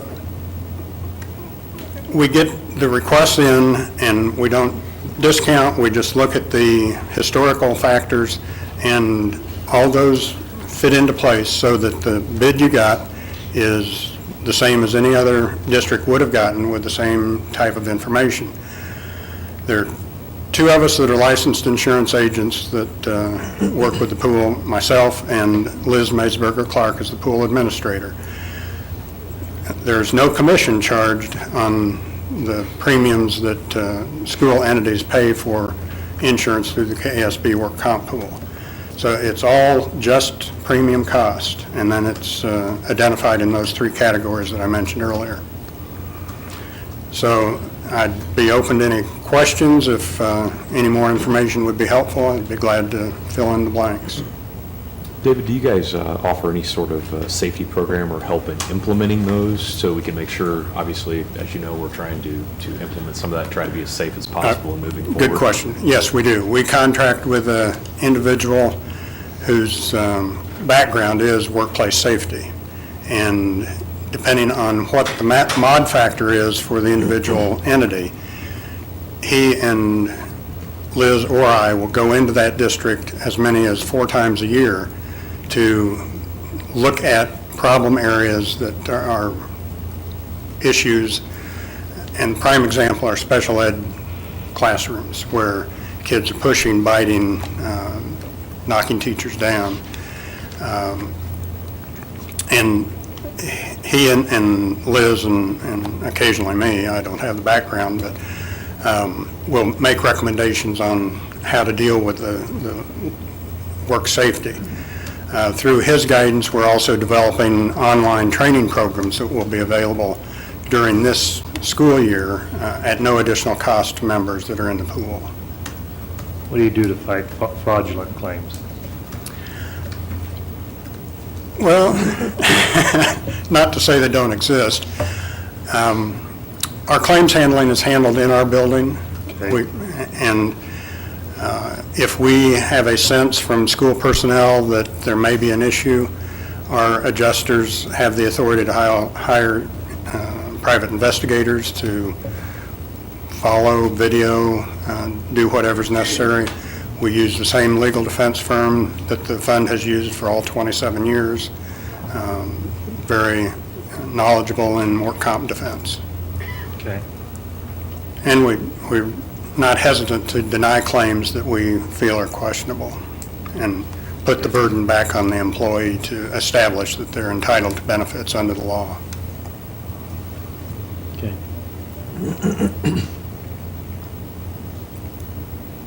Any other questions for David? Okay, thank you, David. Thank you. Thank you very much. Thanks, David.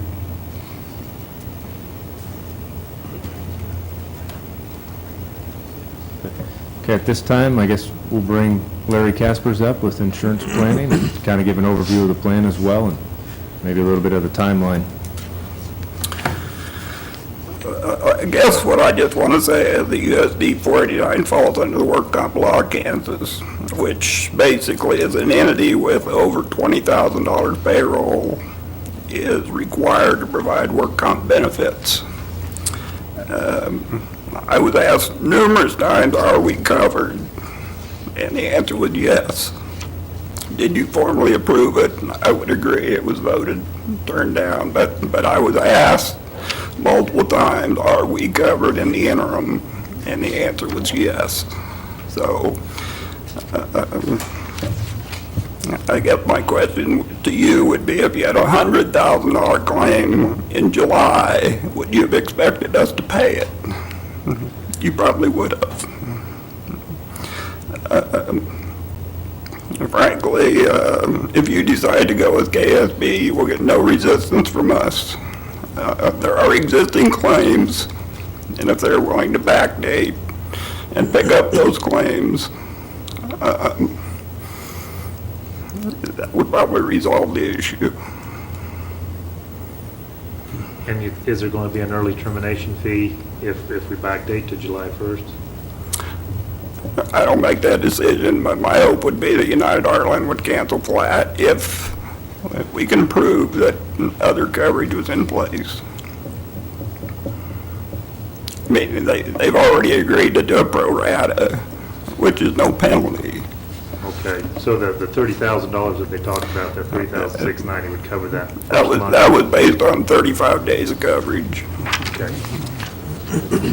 So that they would agree to, if we want to backdate it to July 1st, just go a pro rata per day with no penalty for early cancellation? Well, I can't speak for them, but I was not aware that KSB would backdate to July the 1st. Okay, I think David's got an answer to that. And there's nothing in our paperwork or state statute that prohibits that. The controlling mechanism for us was our excess insurance carrier. They have approved it as long as we can get a letter from the district that the only claim during that time period is the one that is the cut on the hand, the stitches. If we get a letter for that, then it would be backdated to July 1 with no pro rata anywhere. Okay. Perfect. Well, I guess my question to you would be, what if the claim hadn't been reported yet? And KSAV would Well, hopefully then- pick that up? We would have to take the defense of it. Okay. And the initial defense would be that it's a claim out of time because the timeline for filing a claim for most of that time period is going to have passed anyway, but we would defend it. Okay.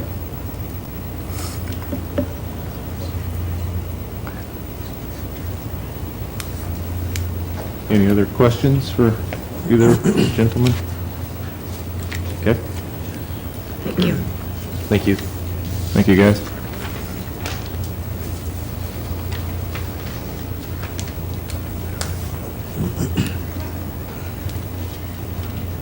Now, it's my understanding that there was already, this was voted on 2 weeks ago at the last board meeting to accept KSB, so where do we need to take it from here? Well, depending on, I mean, if you want to stay with KASB, and I'll ask for the legal advice, I don't know if they have to do anything with. This may be the shortest contract I've ever had. That, Sounds to me like it's resolved. That. I mean, if you stay with KSB, I wouldn't know why you wouldn't at this Yeah. point. And the understanding about them picking us up July 1 So and it- then accepting the one claim which that we know we have. I mean, very simple. If we chose to keep this, then basically we would just start paying KASB effective July 1. That Going would be forward. my understanding. Okay. I have one more question for you, David. Have you seen quite a few districts going to the $2,500 deductible? Not a lot, Not a lot? but more this year than in prior years. Last year, I think we only had 2 districts out of the 99 that were in that had any deductible. Okay. But this year, probably 6 or 8 that have elected a deductible. Okay.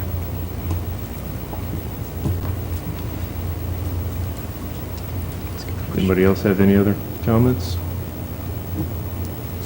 Anybody got any motions on the table? Okay. So, I'm sorry, to be clear then, we adopted this at the July 21st board meeting, and it will stand, therefore, right? Okay. That's how I'm reading it. I know Larry couldn't give us a definitive on 30,690, but if that would come back and United Heartland would push that, you feel pretty confident that there was never a contract truly in place? I don't think you could pay, Frank. You didn't have a contract. That was approved by the board, or by Superintendent Caddy. Thank you. Okay. All right. Thank you, Mr. Hoffman. Thank you. Thank you, guys. Thank you, guys.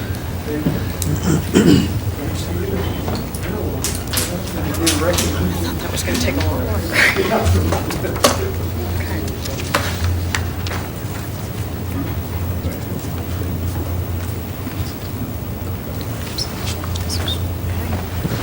We'll go ahead and move on to the approval to transfer the cash balance. Dean, do you want to talk about that Yes, just a I'll little explain bit? that. What we wanted to do was transfer the cash balance in the adult ed fund, transfer that into the at-risk K-12 fund. We do not have a GED program, which the adult ed fund is supposed to do. That money's just set in there for several years. We would like to just transfer that out and not have an adult ed fund. We don't have a mill rate or anything for it, so that's what we would like a motion to approve, the approval of the transfer and the cash balance out of that fund from adult ed to K-12 at risk. Okay. Is there a motion to do so? I move that we authorize transfer the cash balance from the adult ed fund to the at-risk K-12 fund. Okay, have a motion from Board Member Rankin, Second. second from Board Member Waddell. Any discussion? Seeing none, all those in favor say aye. Aye. All those opposed, nay. Motion carries 7-0. On to budget review, and for that, I will let Ms. Kaiser take over. I'll start off with the notice of hearing that we need to have published in tomorrow's newspaper. It just goes over the amount we have budgeted in the state document for our different budgets and the mill rate associated with those. The general fund is a flat 20 mills, and it will stay that way. Supplemental general is this past year was at 16.76. It would go down to 16.089. The capital outlay will stay primarily the same at the 8 mills. Our declining enrollment is a dollar amount, so since our evaluations, our assessed valuations of our property is going up, that changes accordingly. That is out of our hands and just based on the valuations. The no fund warrant, we would like to levy enough to pay that off this year, so we won't have that debt on our books any longer. And so the total mill levy would be reduced from 46.361 to 46.209. Decrease of .152.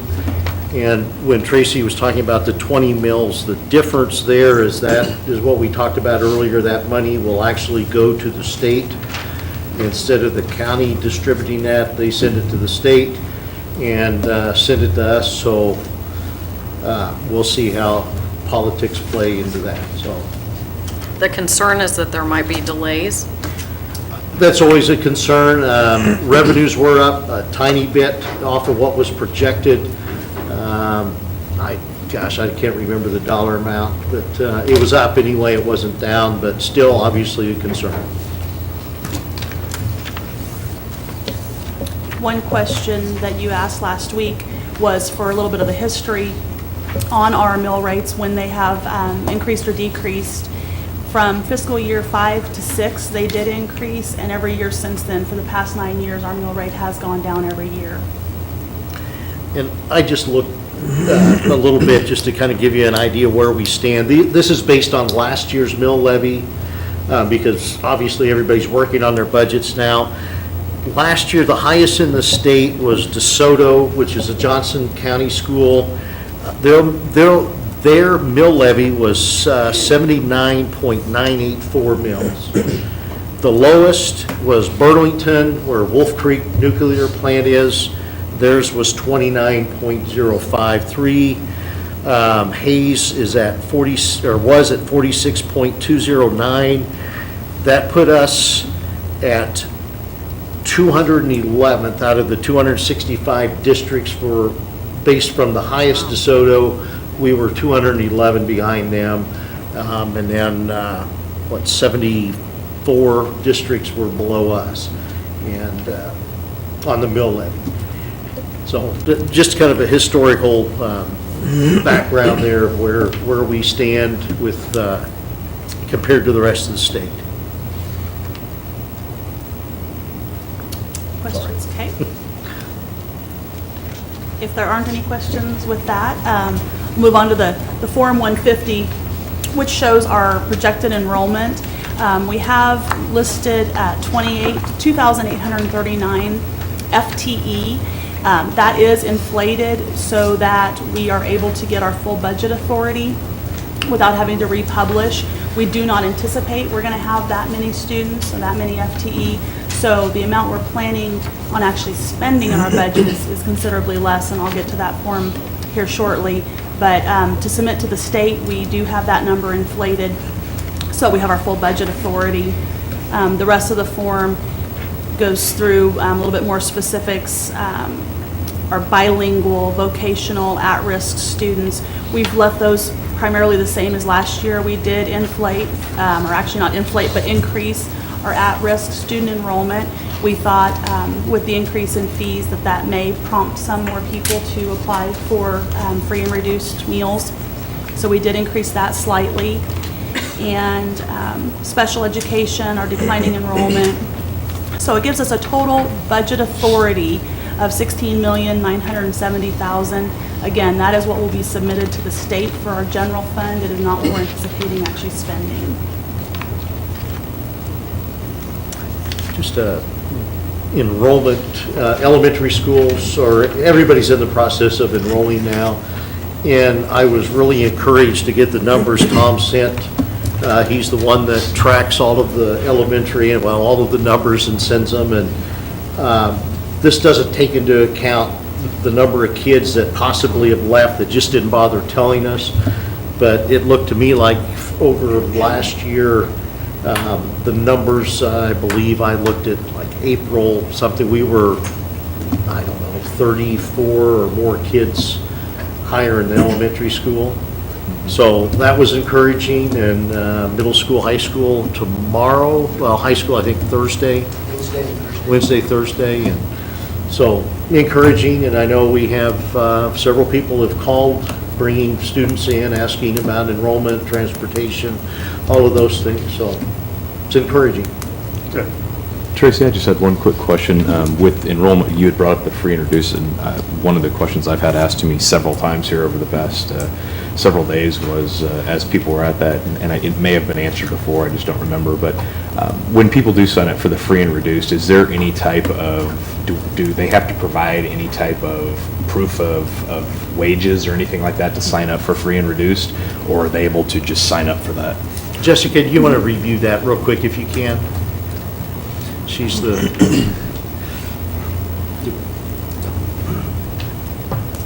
When people apply for free and reduced, we take the application at face value, and then we go through a verification process that verifies whether or not the income that they provide on the application is accurate, and that's a certain percentage of applications that we have to do that for, So we don't designated do by it the on state. everybody, though? Correct. How many would you say that, out of how many we have, how many would you say we actually go through and verify? I think it's like 10% or I something think like it's that. 10% Yeah. from them, and then the state will. Yeah, and they have to provide That's why I didn't documentation know if it of, was based on state regulations or how Yeah. that is. right. They give me we send in the number of applications that we process, and then they tell us how many we have to verify. Okay. All right, thanks, Jessica. I just have one more. On the enrollment side, did the online enrollment? I don't know how it's all worked for everybody. Yeah, I don't want to derail from the budget discussion, but I would love to hear an update on enrollment and just hear how it went, and if we could. Okay, let's finish this. And then we could do that, yeah. We can do that right at the end of our other items. Just Okay. And then the next, Cheryl helped update this, so a little bit better than I presented to you last week, showing the published budget, what we actually have in Alio, our accounting software, and then our working budget. And she also kind of listed the codes, so if you'd wanted to go look up the general fund in the state document, it is code 06. For our numbers, it's code 01. But just some additional information there showing the differences. And so in the general fund, you can see that the $16,970,000 that we're submitting on the state document, we're really planning on a working budget of $16,787,000. And once we get an initial count after enrollment, after September 20th, then we will continue to adjust that. We have utilities inflated. We have a line item for budget authority that we have in there. We do not intend on spending. Our workers' comp now is a little bit lower. We still need to work on that. Plan for the $2,500 deductible, but those are some areas that we know we have extra money in the budget for.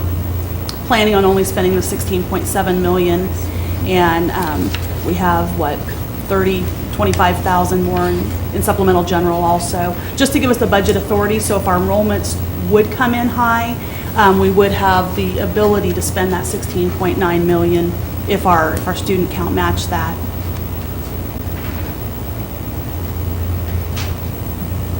Now, if the student count goes up, how would that work in the classrooms? Would we bring more teachers in if we had an influx? of students? Well, we will know how much that is. Talk about 3 soon. weeks from Yeah, now? I mean, and obviously, we would do what we could to help alleviate that. Just have to wait and see, James. I mean, I hope we have that problem to look at, so. Okay, and you are requiring a motion on this one, an action item, is that correct? Actually, the notice of budget Or hearing at is the October motion, 18th, yeah. Or August 18th, okay. Yeah. All right. I'll move on here real quick then. Move on to item E. Well, there's one other, Did she you- wants to review Okay. this as a, And I can actually go over this, I'll just quickly go over this, and then we can talk about it more at the next work session.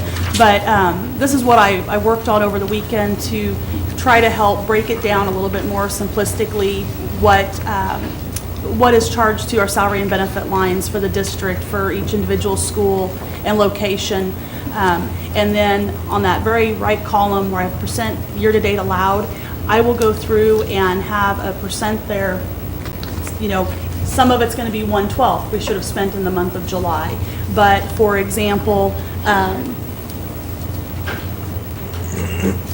under the 600 supplies for the district-wide, those are a couple of items that are large in there are our ID badges and our software. So most of our software is going to be purchased in the very first month or in August. So I will have those percentages, you see right now, and we have not closed July yet, so these numbers are not final, but we spent 65% of those supply lines thus far, but that's because we purchased a lot of our software and things like that. So for the next meeting, I will have those percentages updated, and then also an exception report if we have gone over in something that we'll have an explanation for. Tracy, I had a couple questions on a couple of those cells. My first one is actually on the first line, the adjusted budget year-to-date salaries. What does that all include? For the district-wide, Yeah. that is our substitutes. We have district-wide. We also have some of our technology staff. We consider district-wide instead of assigning to them to a building. So it's anybody that, we don't have a specific location for that may oversee the whole district. So you said that does include maintenance? No, Or not? that does No. not include maintenance. It includes some of our IT staff and substitute teachers and substitute Administration? paras. Doesn't include administration either? No, administration is assigned to Rockwell.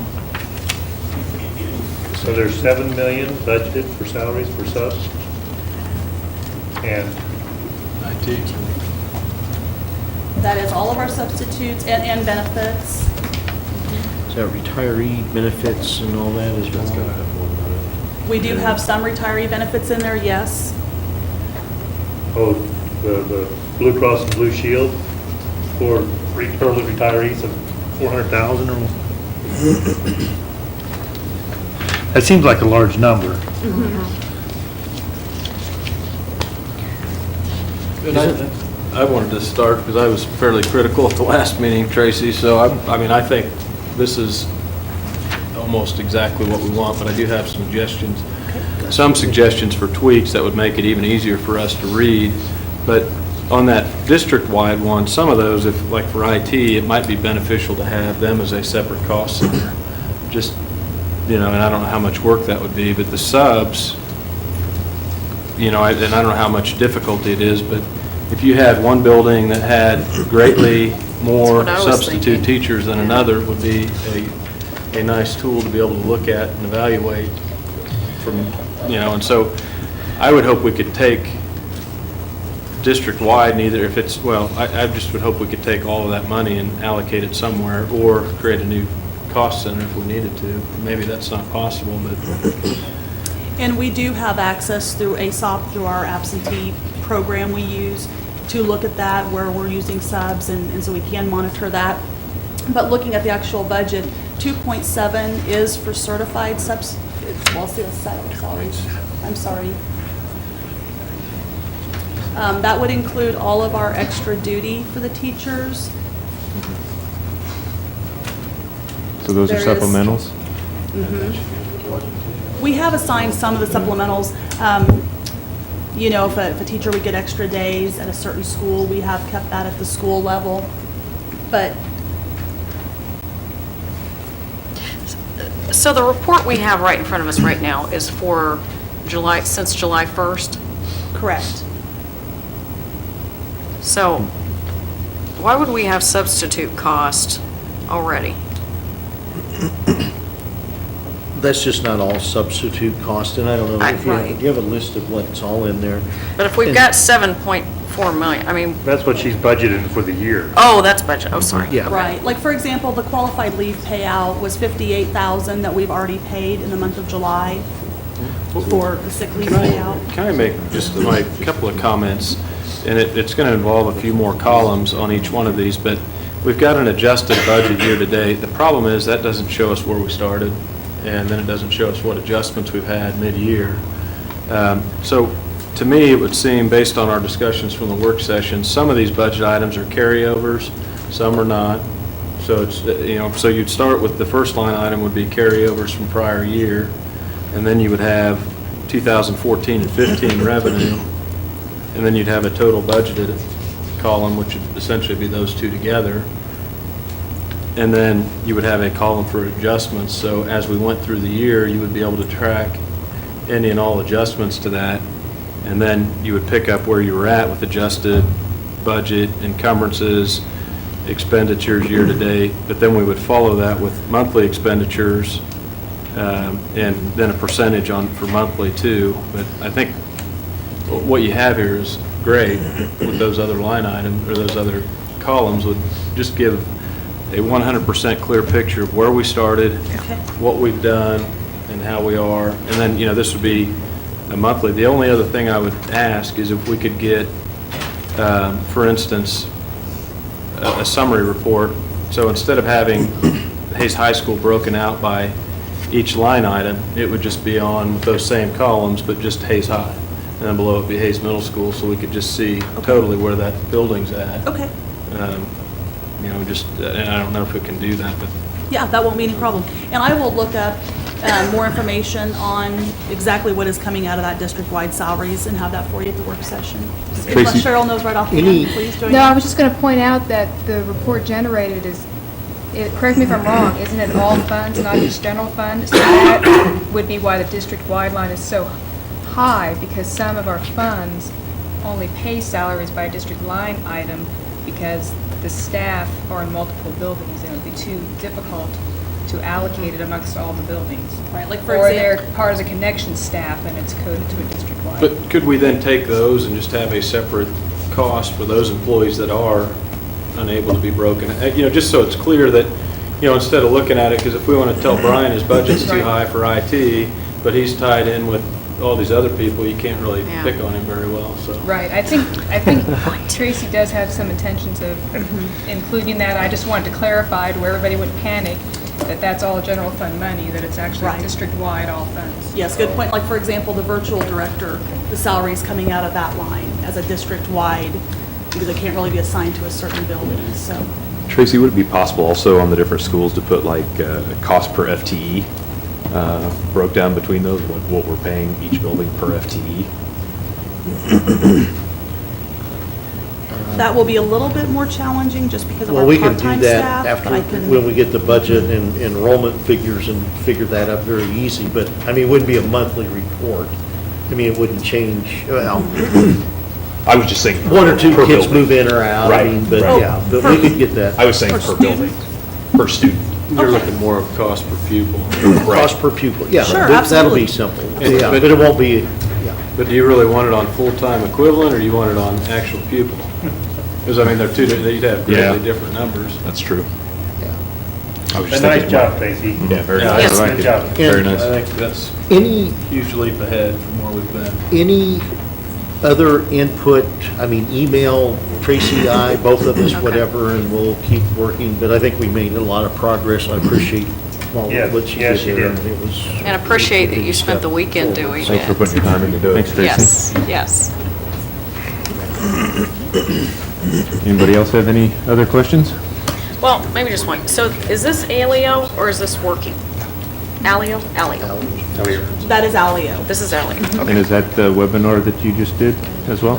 Yes, Alio Intelligence is generating these types of reports. She Yes, was and pretty so I- stoked about yeah. the webinar and all the stuff. That's why she spent the entire weekend putting it together. I was playing, no, not really.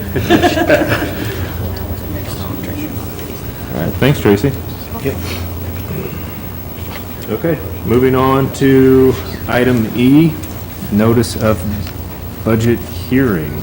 And so we need a motion to go ahead and get. Oh. At the 18th? Are we asking to set it? Bill, are we asking to set it for then or open it up now? Looks like it's to set it for the 18th. Set it up? So we do need a motion. Okay. All right. After that clarification, do we have a motion for the governing body of US, or Unified School District 489 will meet on the 18th day of August 2014 at 6:30 PM at 323 West 12th Street for the purpose of hearing and answering objections of taxpayers related to the proposed use of all funds in the amount of tax to be levied? Is there a motion on that? So moved. Okay, Board Member Patterson. Second. That's a tie. Go with the pretty, go with the pretty one. Yeah, we'll go with Board Member. Board Member Lang. We'll go seconded by Board Member Lang. All right, so we have a motion by Board Member Patterson, a second by Board Member Lang. Call for the vote. All those in favor say, or any discussion first? Comments, concerns? All right, all those in favor say aye. Aye. All those opposed, nay. Motion carries 7-0. All right, on to discussion by board members and agenda requests. You had asked about enrollment update. Brian, do you want to do a real quick update of what? I can. And then we'll ask principals to do the same thing if you want, so. So as you know, enrollment opened up on Friday, elementary, well, district-wide, mainly at elementary, so we're open for open enrollment to come in. We started off a little rocky with some of the kindergarten issues. We went back and we've looked at our process. We are working on refining that. It's a new enrollment system this year. As of 4 o'clock, we've had 1,283 students enrolled in the district. We opened it up actually Thursday night at midnight, and there was 13 that were enrolled at midnight on Thursday. So kind of mixed review of, it's a different process this year than before. So we've moved to single sign-on with Power School, and this ties to single sign-on. So it's setting up that single sign-on account. I think in the end, we have a better job of, we need to do a better job educating the public, the parents, and I think we'll be moving forward every year. So it's first year, it hasn't been terrible, and I thank everybody for working with us, parents, administration, secretaries, Amy Veach, our IT department, she's worked extremely hard, so we'll keep plugging away, but I think we're ready for Wednesday for sure. Good deal. Great. So, how's the wireless network doing? Infrastructure update. So we're about 90% there. We got 3 cabinets left to do at Hayes High. We have some onesie-twosie APs to put in some locations. That's going to be a little bit difficult for cabling, for gymnasiums and where there wasn't cabling. But we're about 85-90% there. We'll be hopefully completed by the end of this week. So, and so far testing-wise, I keep a pretty close eye on it as everyone's coming back in. We're finding at Hayes High today, we actually booted up all the HPs out there, and we had them throughout the day. We've used them all, so we've had a pretty good load on it. Haven't had an issue. I don't expect an issue, but I expect some fine tuning once school starts. So, and I can give you guys another report in September, August, September, let you know how it's going. That'd be great. So, Thank you, sir. Yep. Thanks, Brian. Brian, we use your enrollment system now. I thought it worked awesome. I think there's two folds, right? I think there's some that more information doesn't hurt. That's the way I'm going to leave it. I think there's some people that were able to get on and whiz through it. I think there's some other people that it was maybe a little bit cumbersome and complicated at first, but once they figured it out, it was okay. I think we'll be fine moving forward. We just need to get the education and just keep interacting with everybody and finding out the issues that were happening. Brian, you gave me a number on, I think that came from you, on the number that have paid with credit cards. I thought, Yeah, I had that number as of Friday. I don't have the number as of now, but I think we're about 46% that have paid with credit card. So electronic payment, that could be electronic check or credit card, so I think it was around 46%. And so, how are they doing the online enrollment if they didn't? I guess I zipped through there and didn't stop to, or are they not able to online enroll? Some if people are they're- having complications, so they're going back into the school from their house or online. I'll give you an example of one of the issues we've had is browser caching, to where we've had one parent sign in with one account and start the enrollment process, and another parent was already logged into an account. So there's a power school conflict right there, so we have to clear out the accounts. So we've just had a few of those instances come up that we've had to. But when you say 46% paid electronically, Mhm. that's the people that are enrolling online, right? You weren't able to- Everybody will enroll through online. Whether you went to a school and you had an issue and you had to get your information, everybody will be put into the online enrollment at some point. With the 46% that have enrolled on that, what are USD 49's fees for accepting the electronic payment for the credit It's card? the 3.4% convenience charge that we're charged from our credit card processing company. Have we looked into PayPal or anything like that for lower fees, or also offering it as an alternative payment? We haven't. We will next year. It was included in our package this year. From Power School? So, well, with InfoSnap Power School, we will look into that next year to see if we can lower that from the 3.49% or 3.4%. Okay. So, anybody else? Thanks, Brian. Yep, no problem. Okay, I had one thing to bring up. The E4E system we use, the evaluation system, I was talking to one of the consultants for E4E, and he had mentioned that there are reports you can get on a quarterly basis, percentage complete, and where we stand, how many are being done every so often. Can we get those every quarter or so, just to see kind of where we stand? yeah, I mean, I'll have to visit with Shanna, she's the guru on that, but, Okay. yeah. Back on enrollment, do the elementary school principals have anything you want to share about the process? We're learning. Learning? I mean, like you said, there was struggles, part of it was we didn't see it until Friday morning when the parents saw it, So we all kind of learned together, but it's gotten better as time's gone on. But I heard your spreadsheet was a valuable tool with the numbers and the feedback among the different schools. Your enrollment spreadsheet with Oh, the okay. red, Yeah. red, yellow, I was and... thinking enrollment process. Sorry. The old spreadsheet, I was thinking it was the fees. Okay, all right, okay. That is helpful, and actually, it's helped me, if I receive calls with Elizabeth out of the office especially, receiving those calls on potential parents or families moving, and it's real simple to pull up and be able to say, well, you need to contact this school or that school, that, looking at combinations of grade levels and whatnot. But I did get a few calls today. I think most of them were from middle school on transportation. Have you guys had calls on transportation issues? Okay. There was a couple pretty, where's Russ? He had more than a couple, but I had a couple just upset about not providing transportation Within the 2.5? within the 2.5, mainly, and Russ, correct me, but a lot of it stems from middle school to like Roosevelt. I think that there was a bus that would shuttle kids down to there that we cut out because it's not everybody there is within the 2.5 miles, and those are some of the calls that I received today. I've actually heard the opposite. I've Did heard you? a lot of people in support, and we're happy Yeah. to see a lot of. Yeah, like I said, I received a couple, Russ has had more, but he's calling the parents, telling them, well, you don't qualify, and those things, so. My internet's been down for 3 days, so Well, you're. I'm not in any hurry to get it back up and running. Brian, a clarification, the number, the 1,200 that you gave that was online enrollment, is that total enrollees right now, or is that people that have enrolled from home? 1,283 total students enrolled Okay. as of 4 o'clock-ish. Is there a way, can you see who does it from home versus at the school? Is there a way to,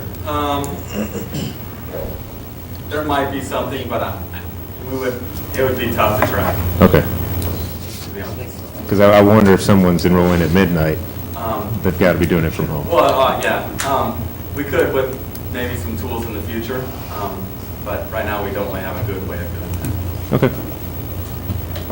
All right, anybody else have anything, any other discussions? I do, and I wanted to thank all of those individuals that came and spoke from the site councils. I know they obviously put quite a bit of time into it, and I didn't want to debate any of them while they were here, but I did want to kind of comment on some of those things. And you know, I think there was an attempt to stay positive for the most part. I know a lot of those issues that were brought up, it makes it difficult to convey those without having a negative connotation. But I want to be clear that this board, I think, is always looking out at what's best for the kids. And I know that oftentimes it's not fun to hear the board talking about money and cuts and those things like that. But the only way we can provide more for the kids is to eliminate inefficiencies or waste. And we don't have the ability, like a city or county, to go assess a higher sales tax rate.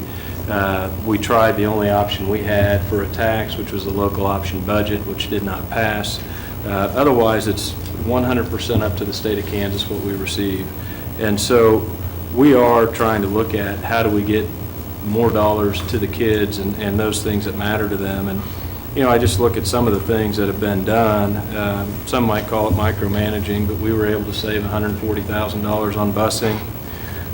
My calculations with what we did on insurance, thanks to Board Member Patterson, we saved about $75,000 on our workers' comp insurance, which darn near gets us back to the $100,000 we lost last year.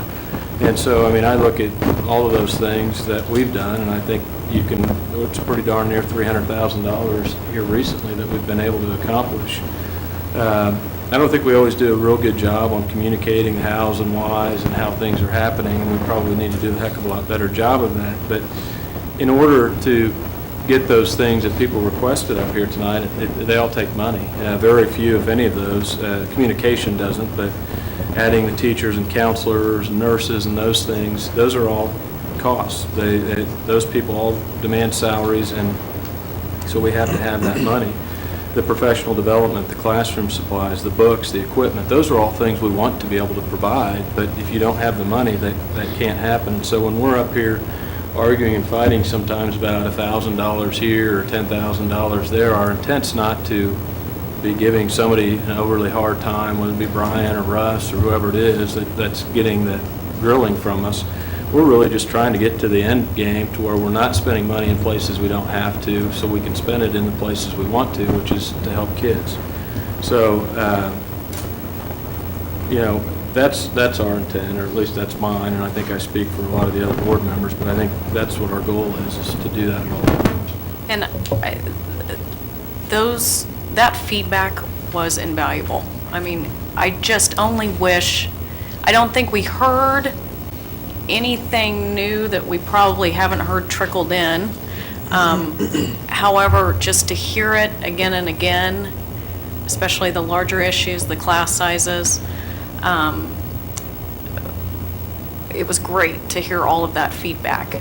I wish that we had had those reports prior to the LOB vote. And so the public heard that those were the number one issues coming out of the schools, because they need to hear from the parents and the site councils what the concerns are, what the needs are. And then it goes back to exactly what Greg said, then we need the money. And we attempted to get that money through the LOB vote, and now, since our revenue is set, the only thing we can do to bring money into this district is to cut the expense side of it. And so that's what we say, we want to work with the negotiation team to look at any expense reductions we can through that process, as well as everything else we talk about at these meetings. But I would like to hear from the site councils more often. Yeah, More often. Well, and I would point out, we've always gotten reports from them. This is, in the 11-plus years I've been on the board, this is the first time they've ever come in, and I agree, it is helpful to hear from them, and I think it makes the report a lot more effective to us. Absolutely. So again, thank you. I think most of them left, but thank you to everyone that came and spoke tonight. You know, one thing I thought was interesting, Greg, since you mentioned it, was talking about the facility needs and the one, I don't know what. Roosevelt. Was it Roosevelt? Yeah. That, and I couldn't agree more that we, did all that work. And we will have a presentation in September from the Facilities Needs Committee about what their findings were. And we really have to start that discussion for budgeting, whichever direction we go. I know Tom's building at Wilson, you heard the challenges they have, and that's probably one of the worst as far as trying to provide space for kids when you have one tiny cafeteria, gym, whatever else you want to use it. Elaine's in the same boat, but there are some real concerns, and I was glad, I guess, they mentioned it, because it kind of brought that back to my forefront, or in the forefront there of all the things the committee that had talked about. So Now, we had tentatively talked about having that discussion in September, correct? yes, I'll have, I don't know who will present yet, but we'll have somebody come and present and go through their findings and start that process. Are we going to do that as a separate meeting? That's up to you guys. What do you think we need to do? It seems like that was one of the issues before about being separate. If we can make an agenda that deals with those things, that would probably be. Keep on the same schedule, Mhm. just dedicate an agenda to that. Yeah, I mean, most of the agenda to it, so probably what we would look at, so. Okay. All right. Anybody else? I would like to, on the next work session, add on there something to start paying down sick days. Whether we start paying with people over 200 days, sick days, start paying down 10 days a year or something to get that number where people aren't accumulating 300 days of sick pay. At least get that number down so a future board isn't looking at a $1.5 million liability somehow. And I think that probably is the best point on all of this stuff is as we look at these things, if we don't deal with them, and they're not pleasant to deal with, we don't want to have to be the ones, but if we don't, somebody else is going to have to. Yeah, I'm not talking about taking it away. I'm just saying, can we start Come paying up on it with a way to slowly be now? able to budget it. And so Right we're not now, looking at somebody retiring with 253 days. 53 days would be a lot more palatable than Yeah, well, 253 for a budget you can standpoint. plan for it and budget it. Yeah. But it's a huge dollar amount if everyone that's eligible decided to take advantage. We need to bring that at once to discussion. I don't know, do you guys need to go to executive session? I think I have everything I need, but if you have specific things for you, okay, I don't think we need one there. 15? Okay. You want to make a motion on that? Or, I guess I'll make a motion to go into executive session for the matter of negotiations for 15 minutes to begin at 8:55 to last until 9:15, to include all board members, board attorney, superintendent, director of finance, and assistant superintendent. Oh, start at 9 o'clock? Start at 9 because you need to get on TV. Okay, we'll amend that. We'll start at 9 o'clock, be back at 9:15.